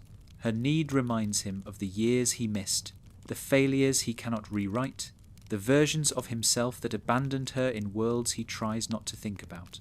When Beth reaches toward him, Rick feels the pressure of a lifetime of expectations. He knows he cannot give her the father she needed, and trying makes him aware of every mistake he made. So he distances himself. If he remains at the edge of her life, he does not have to confront the full magnitude of her wounds. Her need becomes a mirror he does not want to look into. With Summer, the dynamic shifts again. She does not need Rick for identity in the same way Beth does, and she does not rely on him for validation in the same way Morty does. But she does need him for a sense of belonging. Summer feels overlooked, overshadowed, searching for a place in the chaos of her family. When she seeks connection with Rick, she is searching for acknowledgement. She wants to be seen. Rick does see her, but acknowledging her openly would expose him emotionally. Her need is subtle, but it still activates his reflex. When Summer shows loyalty or admiration, Rick feels the warmth of that affection. Then he panics. Then he retreats. He cannot be the stable cornerstone she hopes for, so he prevents her from becoming too dependent. Rick also fears being needed because it introduces vulnerability in the other direction. If someone needs him, he starts to care about their well-being. Caring frightens him. Caring gives others emotional power over him. If he cares too much, their pain becomes his pain. Their decisions affect him. Their success or failure shapes him. Caring intertwines his emotional state with theirs, and Rick has spent years trying to separate himself from everyone. Attachment is vulnerability. Being needed accelerates attachment. Rick wants to avoid both. The fear also stems from something more personal. Rick does not believe he is good for the people who need him. He has hurt people before. He has made choices that caused harm, whether intentionally or accidentally. Being needed terrifies him because it implies responsibility for someone else's emotional world. He fears becoming the cause of someone's downfall, and he fears watching himself repeat patterns he cannot forgive. If he allows people to depend on him, he believes he will eventually disappoint them in ways he cannot undo. This fear becomes overwhelming when he sees glimpses of how much his family loves him. Their love frightens him because it is unconditional in ways he cannot reciprocate consistently. The more they care, the more pressure he feels. The more pressure he feels, the more desperate he becomes to create distance. This distance is not because he does not care. It is because he cares too much. He wants to protect them from himself. He wants to protect himself from their potential disappointment. He wants to avoid the pain that arises when someone who needs him finally sees the parts of him he keeps hidden. The fear of being needed is also tied to the fear of permanence. When someone relies on Rick, it implies long-term involvement, stability, predictable presence. Rick does not trust his own ability to stay. He does not trust his ability to be consistent. He believes he will eventually run, so he avoids commitments that require staying. If someone needs him, he fears he will disappear at the moment they need him most. That future failure haunts him. At its core, Rick's fear of being needed reveals his belief that he is unreliable, unstable, and unworthy of the trust others place in him. He sees himself as a dangerous variable in the lives of people who care about him. He sees himself as someone who brings chaos rather than comfort. When someone needs him, it confronts him with the possibility that he could be something better. And that possibility scares him because he does not believe he can live up to it. Despite all this fear, Rick wants to be needed in small, hidden ways. He wants to matter. He wants to have a place in someone's life. He wants the comfort of knowing someone would miss him if he left. But wanting these things and believing he deserves them are two entirely different realities. Rick cannot reconcile them. The fear always wins, so he keeps his distance. He avoids letting anyone rely on him too heavily. He keeps relationships shallow enough that he can escape when the emotional pressure rises. He convinces himself that this is mercy. He believes he is protecting them, when, in truth, he is protecting himself from the terror of mattering too much. Being needed scares Rick because it reveals the part of him that still longs to be worthy of love. It exposes the humanity he works tirelessly to bury. It forces him to confront the possibility that he could be a different man, and the fear of failing in that transformation is greater than the fear of loneliness. So he chooses loneliness again and again, because loneliness hurts less than the weight of someone needing him.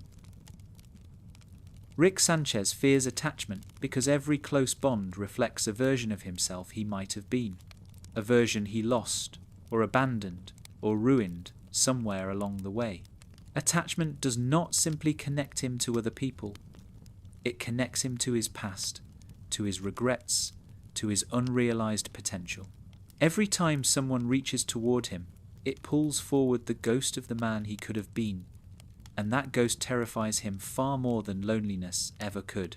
This chapter explores how attachment forces Rick to confront alternate versions of himself, not just across the multiverse, but within his own psyche, and why those inner reflections compel him to flee from emotional closeness. Rick often insists that identity is fluid, that life has no inherent meaning, that people simply are what they are in the moment. But this is a shield he uses to avoid acknowledging that he once imagined himself differently. There was a time, long before the portals and the nihilism, when Rick believed he could be someone good, someone present, someone worthy of love. Attachment drags these possibilities back into the light. When someone treats Rick with kindness, it reminds him of the version of himself who wanted to give kindness freely. When someone trusts him, it reminds him of the version who once tried to be trustworthy. When someone loves him, it reminds him of the version who believed he could sustain love without destroying it. These reminders hurt because they confront him with a version of himself that feels forever out of reach. The multiverse complicates this in profound ways. Rick has seen variations of himself, who made different choices, lived different lives, became different men. Some versions are kinder, some are stable. Some are fathers who stayed, some are partners who never ran. When Rick forms attachments, he imagines those alternate Ricks. He wonders what those versions had that he does not. He wonders whether someone who cares for him now would prefer the version who never learned to fear closeness. Attachment becomes a comparison between who he is and who he might have been. That comparison is excruciating. Rick fears emotional closeness because it exposes his internal contradictions. He is both brilliant and broken, powerful and fragile, fearless and terrified, scarred by experience, yet still desperate for affection. Attachment highlights these contradictions by revealing the parts of him he tries to bury, the parts that still long for meaning, even though he claims meaning is a cosmic joke. When he grows close to someone, he cannot hide behind sarcasm or intellect. They see the flickers of vulnerability beneath the mask, and Rick is terrified they will expect that vulnerable version to grow. He is terrified they will expect him to become the ghost he abandoned. His fear is amplified by memory. Attachment awakens regrets he cannot escape. Every moment of closeness triggers a recollection of moments he ruined before. It pulls forward the memory of people he lost, people he pushed away, people he failed. These memories are not abstract. They are vivid, detailed, emotionally sharp. Rick remembers the tone of voices, the look on faces, the silence after arguments, the empty spaces people left behind. When someone reaches for him now, Rick feels the weight of all those past failures pressing down. It is easier to run from connection than to face the ghostly chorus of reminders whispering that he will ruin this too. This internal haunting is not just emotional, it is philosophical. Rick does not believe in destiny, but he does believe in patterns. His own patterns terrify him. He has lived long enough to notice them forming across timelines, across relationships, across every meaningful bond he has ever created. No matter the universe, no matter the version of himself, Rick observes the same cycle. He gets close, he falters, and he loses. Attachment means repeating this cycle. Avoiding attachment means avoiding the possibility of recognizing yet another version of himself who failed to become what someone hoped he could be. Even the positive versions of himself trouble him. When he sees glimpses of goodness within himself, those glimpses feel like accusations. If he can be good for one moment, why not for many? If he can be gentle once, why not consistently? If he can show empathy for a second, what stopped him from building a life where empathy came naturally? These questions haunt him because they reveal the truth he avoids. He had potential. He squandered it. He knows he squandered it. Attachment forces that realization into the present moment, and Rick cannot handle the sting. This is part of why he resists long-term emotional involvement. The longer someone stays in his life, the more they illuminate the contrast between who he is now and who he could have been. They see his bursts of tenderness, and they believe those bursts could grow. They see his rare admissions of vulnerability, and they assume he is capable of more. They see the flashes of remorse, and they hope he might change. This hope terrifies him because it confronts the version of himself he abandoned. He fears becoming someone's project, someone's redemption story, someone's belief that he can evolve into a gentler man. He does not believe he can. He does not want to face the disappointment of trying and failing. Attachment does not just bring ghosts of potential, it brings ghosts of identity. Rick has spent years constructing a persona built on chaos, genius, and detachment. This persona is his armor. When someone gets close enough, they see the cracks. They see the man behind the persona. They see the pain beneath the bravado. They see the softness beneath the cruelty. These glimpses threaten the identity he built as a shield. If someone sees the real Rick, then the persona loses its power. He fears that without the persona, he becomes vulnerable to manipulation, affection, and expectation. The ghost of who he could have been becomes a threat to who he is now. Rick also fears becoming emotionally anchored. The more attached he becomes, the more he risks becoming a version of himself he does not recognize. He fears that love could change him in ways he cannot predict. He fears losing the autonomy that defines him. He fears the quiet versions of himself who might emerge if he ever allowed himself to be fully present. Attachment forces self-reflection, and self-reflection brings ghosts to the surface. Rick avoids both because he does not want to confront the fractured mosaic of identities inside him. The ghost of potential also appears in the form of regret over the time he lost. Attachment makes him think about the years he wasted in pursuit of distraction, self-destruction, or fleeing from vulnerability. When he experiences a moment of tenderness now, he imagines what it would have been like if he had embraced such moments earlier in life. He imagines different paths, different relationships, different futures. These imagined futures hurt because they reflect the gap between the man he could have become and the man he became instead. Attachment makes this gap impossible to ignore. Even in fleeting connections, Rick feels the ghostly echo of possibilities. A simple compliment, a moment of recognition, a shared silence, a touch on the shoulder, these moments remind him of a timeline where he could have been emotionally available. They remind him of a version of himself who did not need to hide. They remind him of the simple truth he avoids. He wanted to be loved. He truly did. But somewhere along the way, he convinced himself that wanting love was dangerous. Attachment revives the desire he buried. That desire feels like a betrayal of the identity he clings to.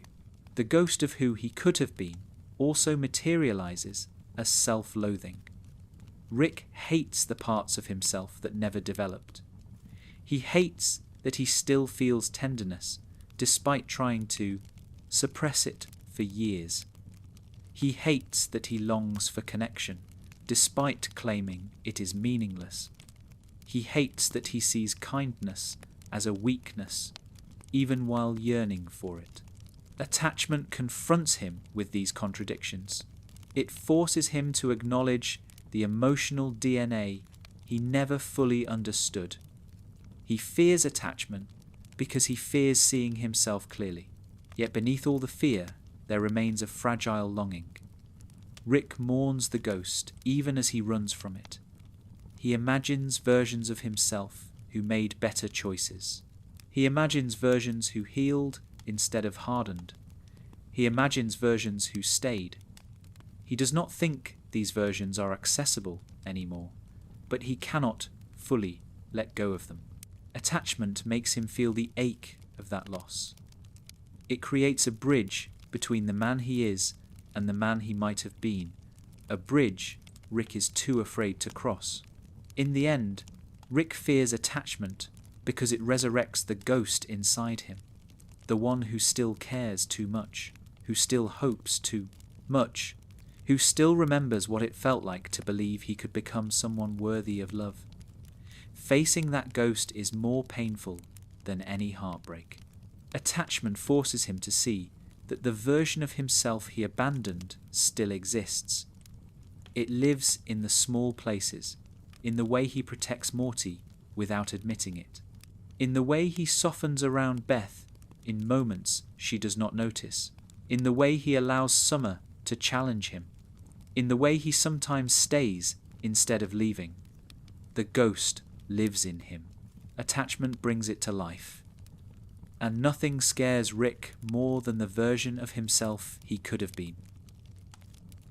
Rick Sanchez fears attachment because, to him, love feels like an existential threat. Not a metaphorical threat, not a poetic fear, but a real destabilizing force that shakes the foundations of his mind in ways he cannot control. Love is supposed to heal, soften, and enrich. For Rick, it destabilizes, burdens, and exposes. It feels like a force that could split him open and reveal everything he has spent decades keeping hidden. This chapter digs into why love, in all its forms, terrifies him.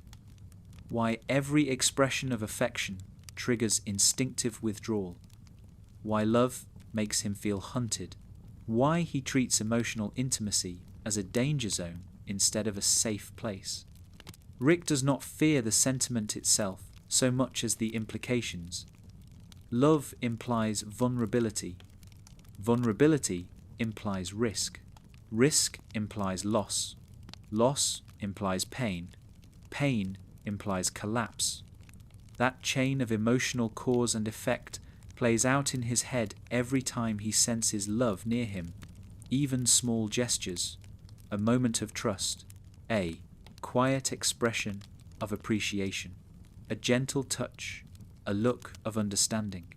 Each one is enough to send his mind spiraling into panic. He is a man who can stare into cosmic horrors without flinching, yet a single moment of tenderness can make him shut down. One of the reasons Rick fears love is that it demands presence, real presence, emotional presence. He can be physically present anywhere with technological ease, but emotional presence requires effort. He does not trust himself to give consistently.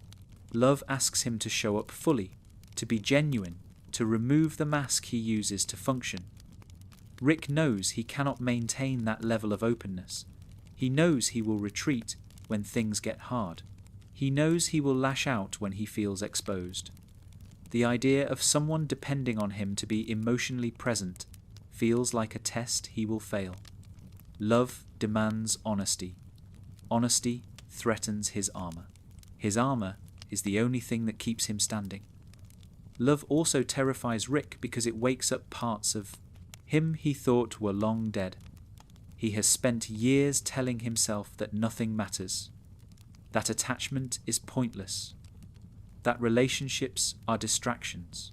But the moment someone loves him, those beliefs shatter. He feels the pull of compassion.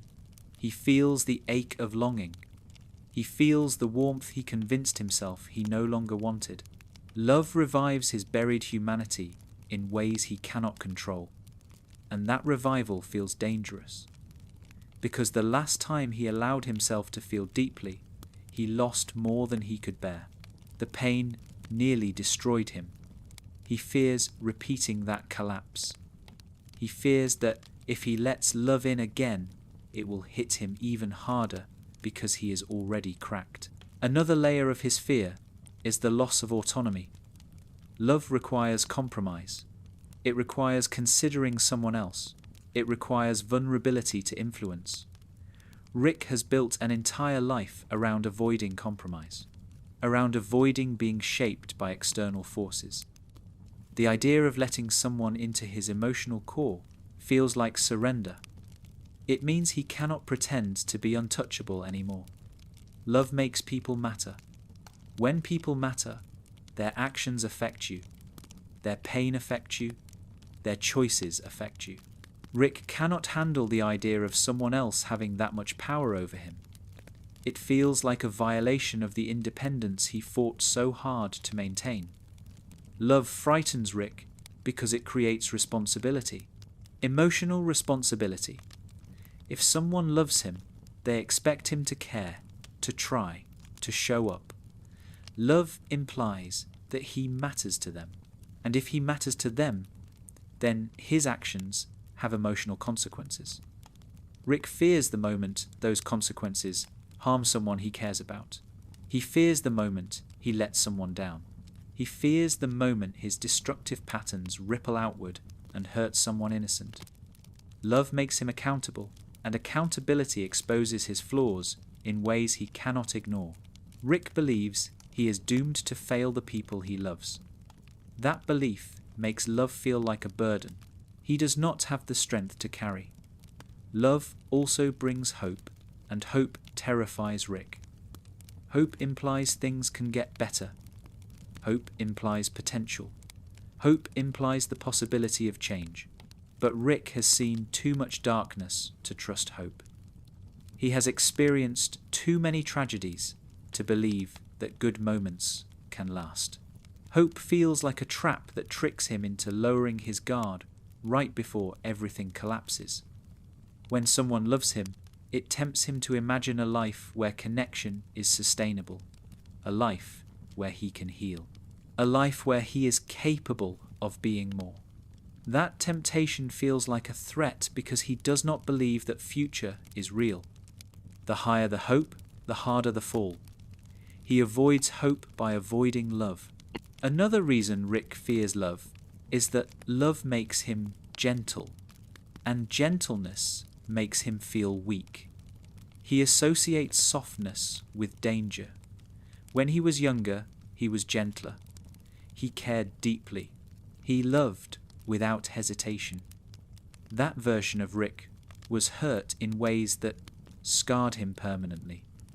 He learned that softness invites exploitation, that kindness invites betrayal, that love invites heartbreak.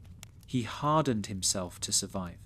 Any love he feels now risks undoing the walls he built. Those walls keep him from falling apart. If love cracks them, he fears he will crumble completely. This fear intensifies with family because their love is unconditional. Unconditional love is a phrase most people romanticize. For Rick, it is terrifying. It means no matter how much he runs, no matter how much he ruins things, they still care. That care feels like pressure. It feels undeserved. It confronts him with the parts of himself he hates. When his family loves him, he cannot hide behind the narrative that he is incapable of being loved. Their love proves that he is capable of inspiring affection. And that truth makes him uncomfortable because it means he is choosing loneliness, not doomed to it. That realization hurts because it forces him to confront his own self-sabotage. Love also terrifies Rick because it makes him protective. When he loves someone, he becomes responsible for their safety. Rick knows what the universe is capable of. He knows how fragile life is. He understands, at a scientific level, how easily chaos can destroy something precious. Love creates a target. Losing someone you love is worse than losing yourself. For Rick, protecting the people he cares about becomes a full-time obsession that drains him. The idea of failing to protect them is unbearable. The idea of loving someone and watching them get hurt is a nightmare he cannot wake from. Rather than risk that pain, he distances himself before the bond deepens. There is also the matter of self-worth. Rick does not believe he deserves love. He has made mistakes that haunt him. He has destroyed relationships, abandoned people, made choices driven by fear and selfishness. His self-loathing runs deeper than most people understand. When someone loves him despite everything, it confuses him. It frustrates him. It scares him. If they love him, it means they see something in him he cannot see in himself. Their belief in him contradicts his worldview. That contradiction is intolerable. It creates cognitive and emotional dissonance he does not know how to manage. Sabotage becomes easier than accepting the possibility that he is worthy. Love demands trust. Rick does not trust easily. He does not trust others to stay. He does not trust himself not to leave. Love requires mutual vulnerability. Rick fears vulnerability because it puts him at the mercy of someone else's choices. Love requires faith. Rick fears faith because it requires surrender. Love requires forgiveness. Rick fears forgiveness because accepting it means acknowledging the weight of what he has done. Love requires consistency. Rick fears consistency because he cannot guarantee it. One of the most painful parts of this fear is that Rick does love deeply. He loves more fiercely than he will ever admit. His love is intense, protective, and desperate. It exists in the things he does not say. It shows itself in the moments where he hesitates, where he softens, where he sacrifices something quietly. But that love terrifies him because it makes him vulnerable. The more he loves someone, the more he fears losing them. The more he fears losing them, the more painful the idea of attachment becomes. Love magnifies his fear instead of soothing it. Rick also associates love with permanence. When he feels love, he feels it across timelines, across universes, across versions of himself. That intensity is not something he can moderate. Love becomes too large, too overwhelming, too cosmic. It feels like a force that might consume him if he lets it grow unchecked. When he senses the beginnings of love, he pulls away instinctively to prevent it from becoming something he cannot contain. He fears that if he ever let himself love fully, it would break him in a way even his genius could not repair. He also fears what love demands of him. Love requires showing parts of himself he hides beneath sarcasm, intellect, and bravado. It requires revealing the scared, hurt, yearning parts of him he considers weaknesses. Love asks him to be honest with others, but also with himself. That introspection terrifies him, because deep down, Rick knows the truth he refuses to face. Love makes him want to change. It makes him want to be better. It makes him imagine a version of himself who is not driven by fear. And wanting to change scares him more than stagnation. Attachment becomes threatening because love transforms people. Rick does not want to be transformed. He fears losing the identity he built to survive. Love threatens to dismantle that identity, to expose him, to soften him, to heal him. Healing sounds gentle, but to Rick it feels violent. It means breaking open old wounds. It means facing truths he has avoided for years. It means allowing himself to feel things he locked away. Love pushes those doors open, and Rick cannot handle what lies behind them. In the end, love feels like a threat to Rick because it attacks everything he uses to protect himself. His distance, his cynicism, his independence, his persona, his defenses, his numbness. Love cracks all of it. It reveals the human beneath the armor. And Rick fears that once the armor breaks, he will be too vulnerable to survive the emotional world he has spent his entire life running from. The tragedy is that love is also what he wants most. He longs for connection. He longs for closeness. He longs for a world where he is understood, but the fear wins. He chooses safety over possibility, loneliness over vulnerability, distance over healing. He runs from love because he knows that if he ever lets himself fully feel it, he will never be the same. And he does not trust the world or himself to protect the man he would become. Rick Sanchez fears attachment partly because of what it does in the present, but even more because of what it does in his memory. Emotional memory is the quiet force he cannot outrun, no matter how many universes he crosses. It lingers, grows, evolves, and follows him into every version of himself. This memory is not selective or soft. It is vivid, sharp, and relentless. Attachment creates emotional memories that Rick cannot control, and those memories terrify him. They remind him of losses he survived, identities he abandoned, people he hurt, and futures that never came to pass. And worst of all, they remind him that he once cared enough to be devastated. Rick's fear of emotional memory begins early. His mind is not built like other minds. He remembers too much, too clearly, too painfully. He recalls tones of voices, fleeting expressions, tiny moments most people forget within days. To Rick, these memories never fade. They form a permanent archive inside him. This archive becomes a landscape he cannot escape. When someone gets close, they enter that archive. Every smile, every moment of trust, every gesture of affection is stored in him with forensic precision. This intensifies the eventual heartbreak when things fall apart. Even if the relationship ends quietly, the memory of what it meant does not. Rick fears attachment because it means collecting memories that he will carry for the rest of his life, memories he knows will eventually hurt. Emotional memory becomes especially threatening because Rick cannot choose what stays in his mind. He cannot decide which details will matter less over time. He remembers everything. A moment of connection becomes engraved into him in a way that feels irreversible. When someone touches his life, even briefly, he carries their imprint in ways that destabilize him long after they leave. These imprints become shadows that follow him through universes. He encounters reminders in the smallest things.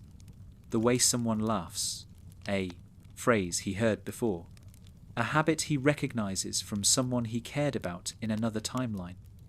These echoes pierce him unexpectedly, turning routine moments into emotional ambushes. Attachment creates these echoes, and they echo forever.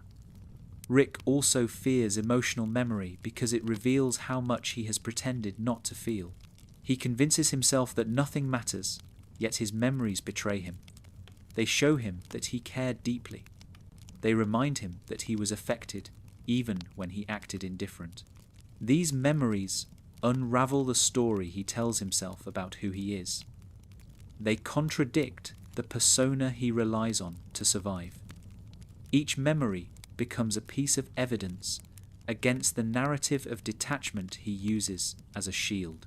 When he grows close to someone now, he knows the future memory will expose the truth again. He knows he will remember things he does not want to remember. He knows he will care. This anticipation terrifies him. One of the hardest aspects of emotional memory for Rick is the way it revisits him at unexpected times. In moments of boredom, quiet, or isolation, his mind wanders through his archive. He remembers things he wishes he could forget, a conversation that ended too quickly, a moment where he almost said something honest, a look someone gave him that suggested a depth he refused to acknowledge. These memories return as emotional ghosts. He cannot distract himself forever. The more he tries, the louder these ghosts become. When he attaches to someone, he knows he is creating new ghosts. He knows he is adding to the archive that already weighs him down. He also fears emotional memory because it threatens his coping mechanisms. Rick survives through distraction, noise, invention, speed, and intensity. Emotional memory slows him down. It forces stillness. Stillness exposes him to himself. Attachment creates memories that force reflection, and reflection is one of the few things Rick cannot tolerate. When he remembers moments of closeness, he sees himself too clearly. He sees the parts of him he tries to bury under sarcasm and alcohol. He sees the man who loved and lost. He sees the man who could have been something different. Emotional memory breaks through every coping method he uses, no matter how advanced his technology becomes. Rick's fear of emotional memory is tied to grief as well. Every memory of connection comes with the potential for future loss. He knows that every person he grows close to will one day become a memory rather than a presence. He knows that attachment ends in heartbreak, separation, conflict, or death. He cannot stop imagining the moment he will lose them. He cannot stop projecting that loss into the future. Emotional memory becomes a preemptive grief that begins the moment he cares. This grief is too heavy for him to carry comfortably. Rather than risk it, he distances himself to prevent memories from forming in the first place. There is also the fact that Rick's emotional memory is not linear. It does not stay tied to one timeline. Because he moves between universes, he is constantly confronted with alternate versions of people he loved or pushed away. Seeing these versions triggers memories from timelines he no longer lives in. The brain is not meant to handle parallel emotional histories. Rick tries to compartmentalize them, but the compartments collapse. A version of someone from another universe might laugh in a way that triggers a memory from a timeline that no longer exists. This creates emotional dissonance, a painful layering of memories that cannot be reconciled. Attachment creates these memories across universes, making emotional continuity impossible. Rick fears this dissonance more than he fears loneliness. The multiverse also ensures that every memory he forms has countless variations. For every connected moment, there are versions of him who ruined it, versions who cherished it, versions who lost it, and versions who never experienced it at all. These variations haunt him because they force him to confront the idea that his emotional world is not stable or singular. It is fractured. Every attachment adds another fracture. Every memory sparks awareness of what might have been. Emotional memory becomes a maze with no exit. Rick also fears emotional memory because it makes him regress emotionally in ways he cannot predict. When he remembers affection he once felt deeply, he risks falling back into patterns he abandoned. When he remembers a pain he never resolved, he becomes volatile. Emotional memory destabilizes him by pulling him into old versions of himself. Some memories tug him toward tenderness. Others tug him toward devastation. Each tug feels like a threat to his carefully maintained emotional detachment. He cannot control which side of himself will emerge when a memory resurfaces. Another reason emotional memory scares him is that it can soften him without permission. He hates how easily memories can make him gentle. A single stray recollection can shift his demeanor. A memory of someone's laughter can make him hesitate before saying something cruel. The memory of someone's trust can make him act protectively. These shifts feel like betrayals of his identity. Emotional memory pulls him toward connection even when he tries to run from it. It influences his behavior in ways he cannot fully predict or suppress. To Rick, this influence feels like vulnerability. At the heart of his fear is the way emotional memory creates longing. Rick does not want to long for anything. Longing creates pain. Longing creates motivation. Longing creates emotional motion he cannot control. When he remembers the warmth of connection, he feels a pull towards seeking it again. This pull frightens him because it contradicts his worldview. He believes attachment breeds regret, yet emotional memory breeds desire for more attachment. The conflict between these forces tears him apart. The longing intensifies his loneliness, and the loneliness intensifies his fear. Emotional memory becomes the engine of a vicious cycle he cannot escape. He also fears how emotional memory changes his perception of time.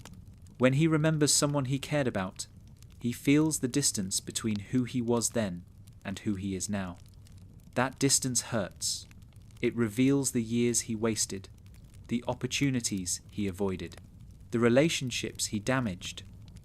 Emotional memory becomes a record of all the moments he can never return to. Attachment creates memories that become locked behind him like closed doors. These doors accumulate. Eventually, they form a hallway of regrets he walks alone. Even when Rick tries to erase memories, literally or metaphorically, the emotional imprint remains. He can remove details, modify timelines, or suppress neural activity, but the core feeling stays lodged inside him. He cannot erase the emotional weight of a moment, even if he erases its factual content. This makes attachment terrifying. Once he cares, he cannot undo the impact. The emotional residue persists. He fears this permanence. He fears the way emotional memory becomes part of his identity. He fears the way it stays with him, even when he does not want it. One of the cruelest aspects of emotional memory is how it activates self-judgment. When Rick remembers past connection, he evaluates himself harshly.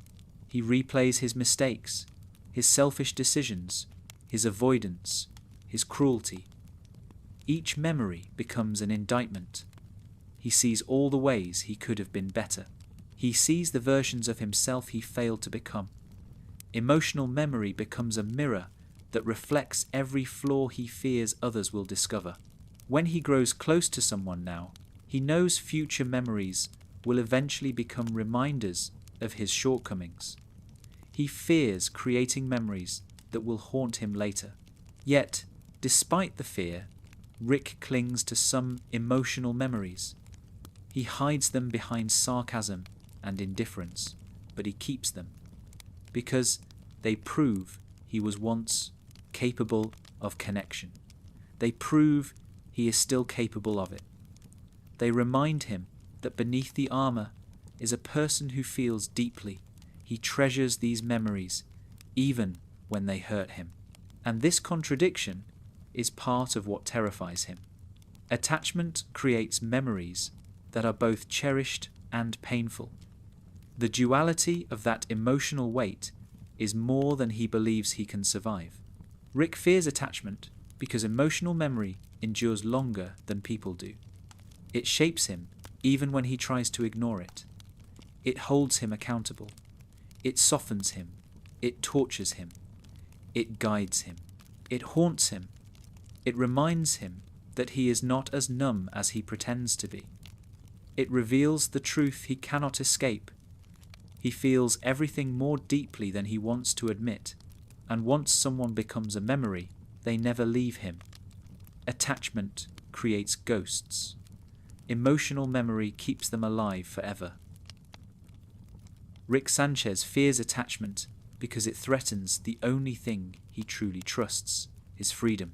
Not the superficial kind, not the freedom to travel or invent or defy governments, but the internal freedom he built inside himself after everything else collapsed. This freedom is his fortress. It is the structure that keeps him standing when his emotions pull in every direction. It is the shield he uses when relationships become complicated, when expectations become heavy, when intimacy becomes frightening. Freedom protects him from vulnerability. Freedom protects him from loss. Freedom protects him from the parts of himself he does not want to face. And attachment, by its nature, threatens that protection. For Rick, freedom is not a lifestyle, it is survival. He needs to be able to leave at any moment, because leaving is how he copes. When things grow too intense, too painful, or too intimate, he runs. Running is not cowardice for him. It is a reflex born from trauma. It is a strategy that prevents him from drowning in emotions he cannot regulate. If someone needs him, he feels trapped. If someone loves him, he feels cornered. If someone depends on him, he feels the walls closing in. His freedom becomes a way to avoid being enveloped by those pressures. Attachment, in his mind, is the beginning of imprisonment. Rick defines freedom through motion. He is always in transit, physically or mentally. He keeps his mind moving, his hands busy, his environment shifting. Attachment disrupts that motion. It roots him in place. It demands consistency. It demands presence. And presence is one of the few things Rick does not know how to maintain. When he cares about someone, he feels tied to them in invisible ways. Those ties make him feel slow. They make him feel heavy. They make the universe feel smaller.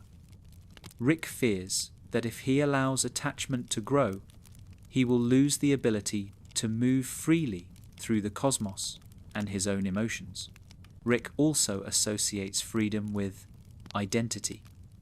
Without the fortress of detachment, he fears he will become someone else, someone softer, someone more vulnerable, someone easier to hurt.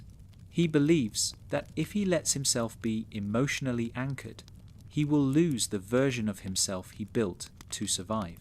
This version is cynical, brilliant, sarcastic, reckless, and nearly impossible to pin down. Attachment threatens that identity. It encourages vulnerability. It encourages honesty. It encourages growth. Rick fears that if he embraces these things, he will no longer recognize himself. Change is terrifying for someone who already feels fractured across infinite timelines. Another reason Rick clings to freedom is his distrust of emotional permanence. Attachment implies stability. Stability implies responsibility.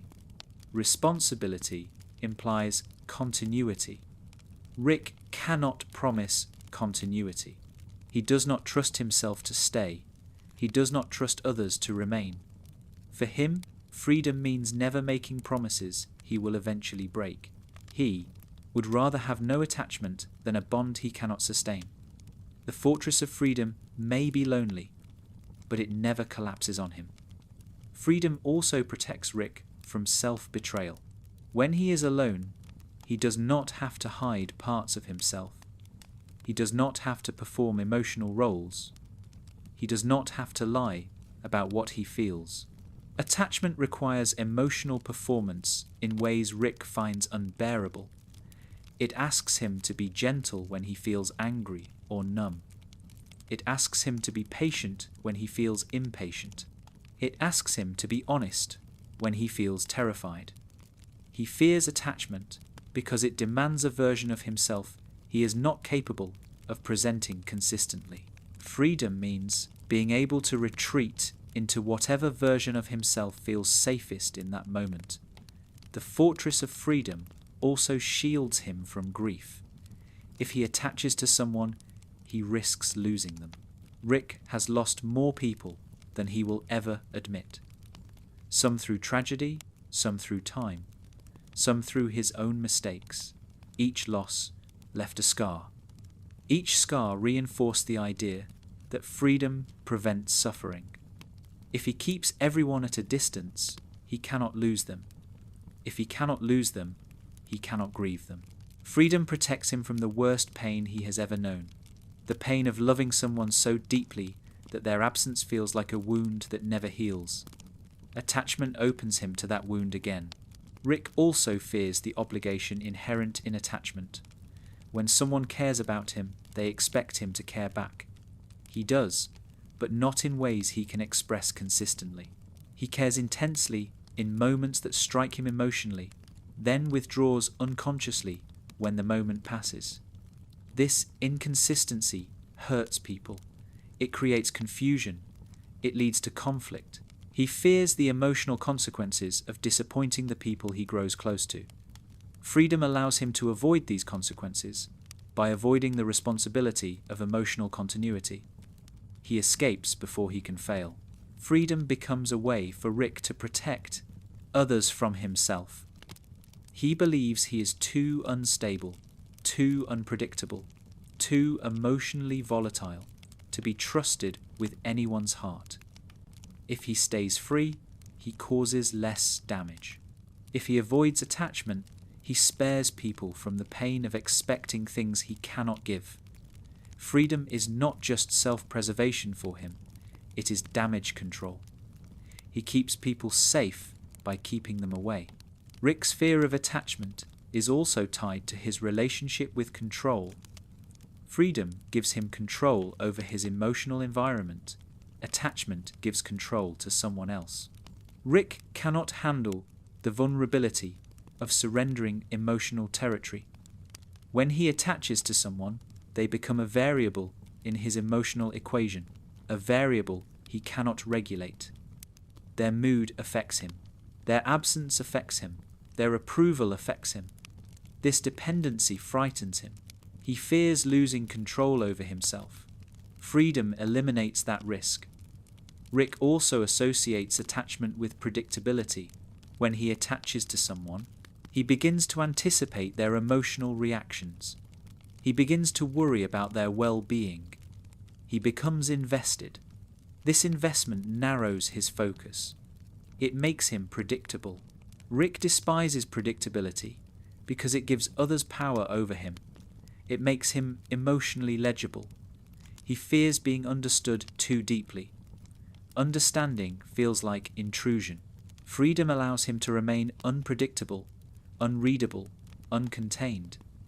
The fortress of freedom also gives Rick a sense of superiority that shields him from insecurity.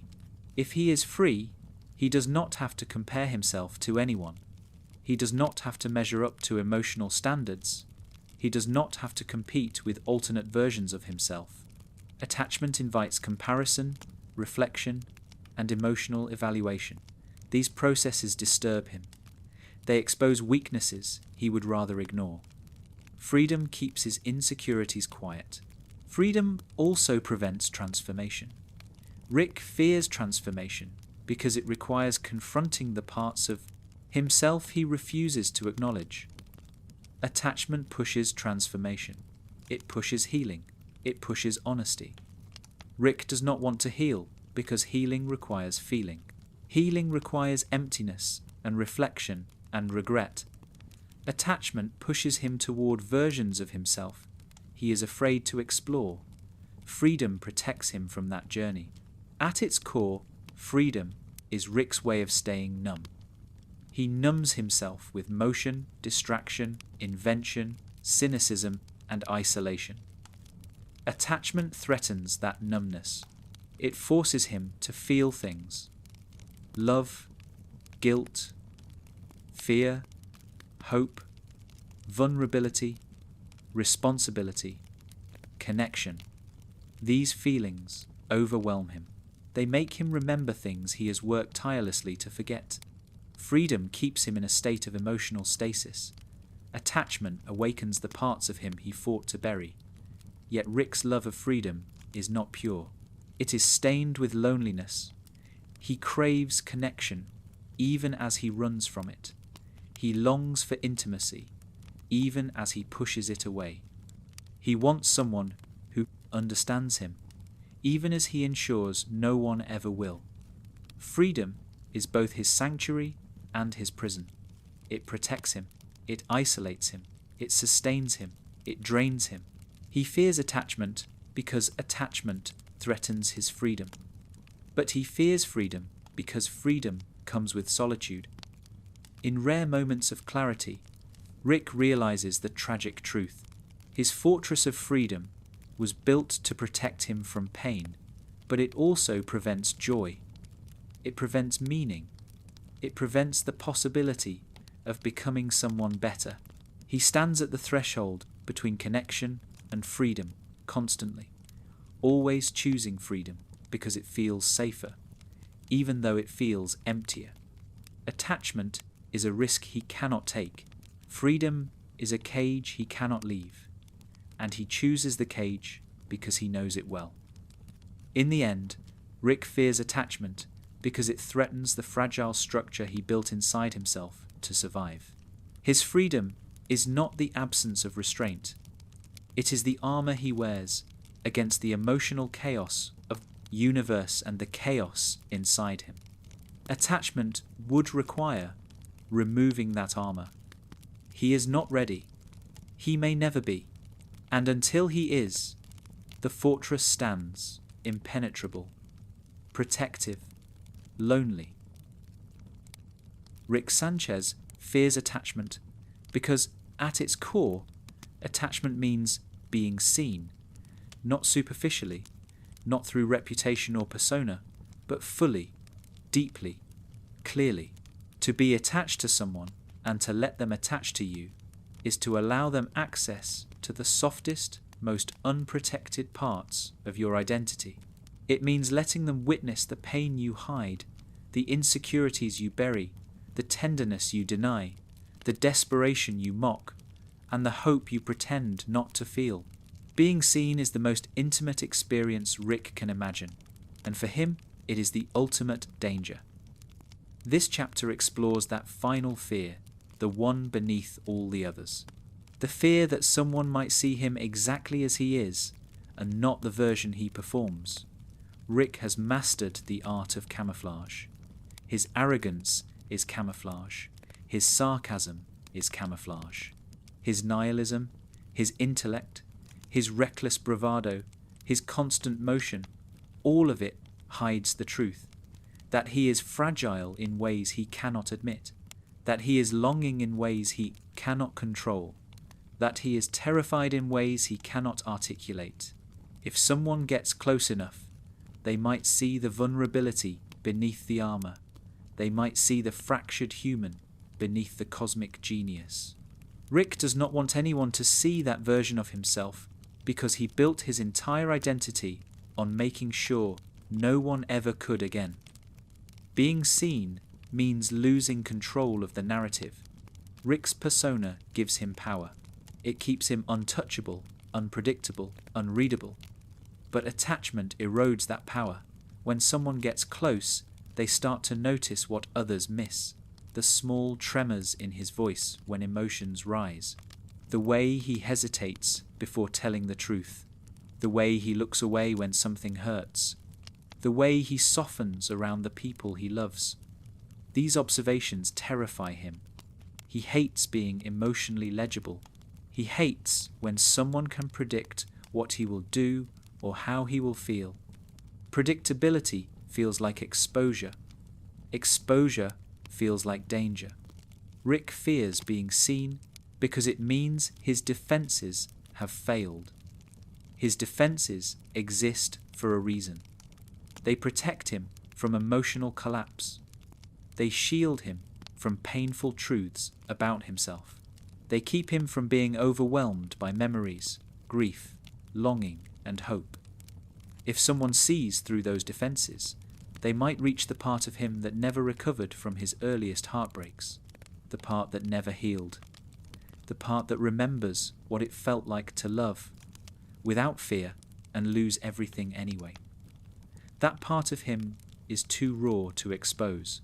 Attachment threatens to peel back the layers that protect it. There is another reason Rick fears being seen. When someone truly sees you, they can hurt you. not by leaving, not by lying, but by understanding you, by holding your weaknesses in their hands, by knowing exactly where your emotional foundations crack. Rick does not want anyone to have that kind of power over him. Emotional knowledge is dangerous. If someone sees his guilt, they can trigger it.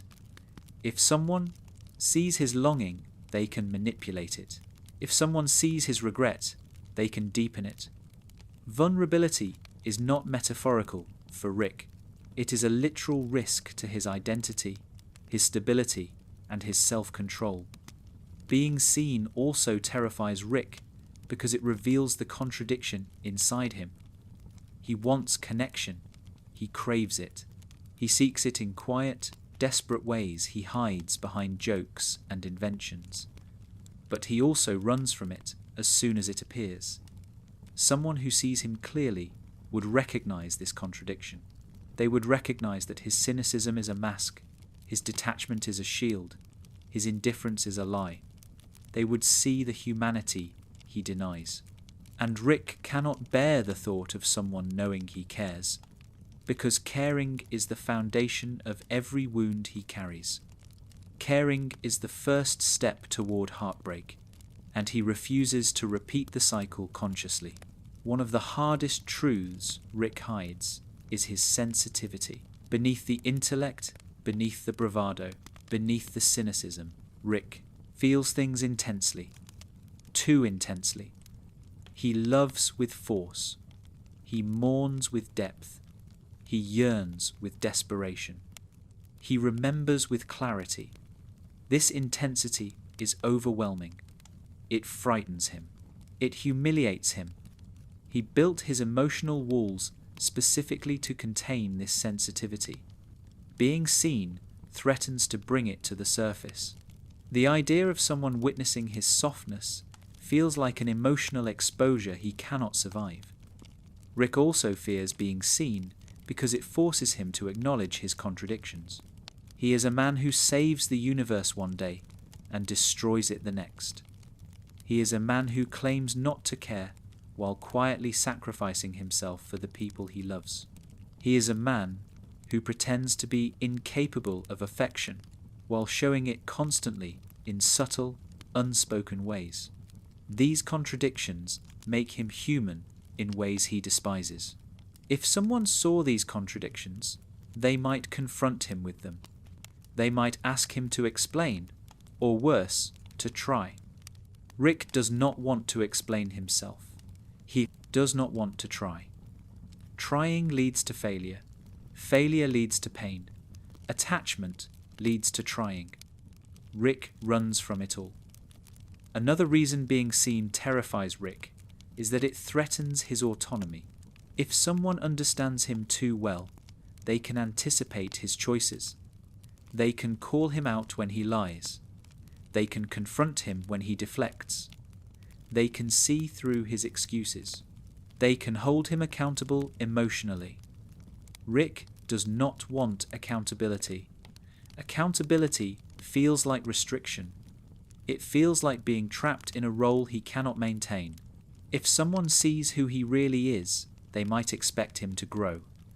Rick fears growth because growth requires vulnerability. Growth requires discomfort. Growth requires admitting the past affected him. He does not want to face these things. Being seen also threatens Rick's belief that he is beyond redemption. He tells himself he is broken beyond repair. He tells himself he is incapable of change. He tells himself he does not deserve love. These beliefs protect him from hope. If someone sees him, truly sees him, they might challenge these beliefs. They might believe he deserves better. They might believe he can heal. They might believe in him more than he believes in himself. This hope terrifies him. Hope means risk. Hope means opening up. Hope means giving life a chance to hurt him again. Rick fears being seen because it requires honesty. And honesty is something he avoids with everyone, including himself. To be attached to someone is to let them see your truth. Rick's truth is messy. It is filled with pain, regrets, longing, and emotional chaos. He does not want anyone to witness that chaos. He does not want anyone to see him struggle. He does not want anyone to know how deeply he feels things. He does not want anyone to discover how much he hates himself. Attachment threatens to reveal all of this. Being seen means being known. Being known means being vulnerable. Being vulnerable means being hurt. There is also the fear of being seen and rejected. Rick believes that if someone saw him fully, they would walk away. They would see the scars, the cruelty, the contradictions, and decide he is unworthy of love.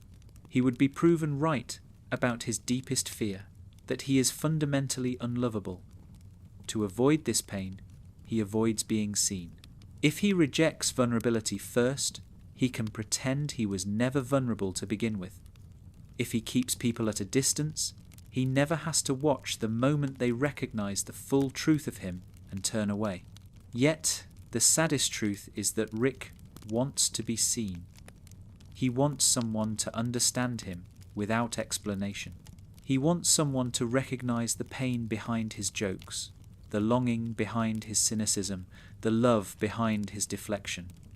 He wants someone who sees the part of him that still hopes for connection.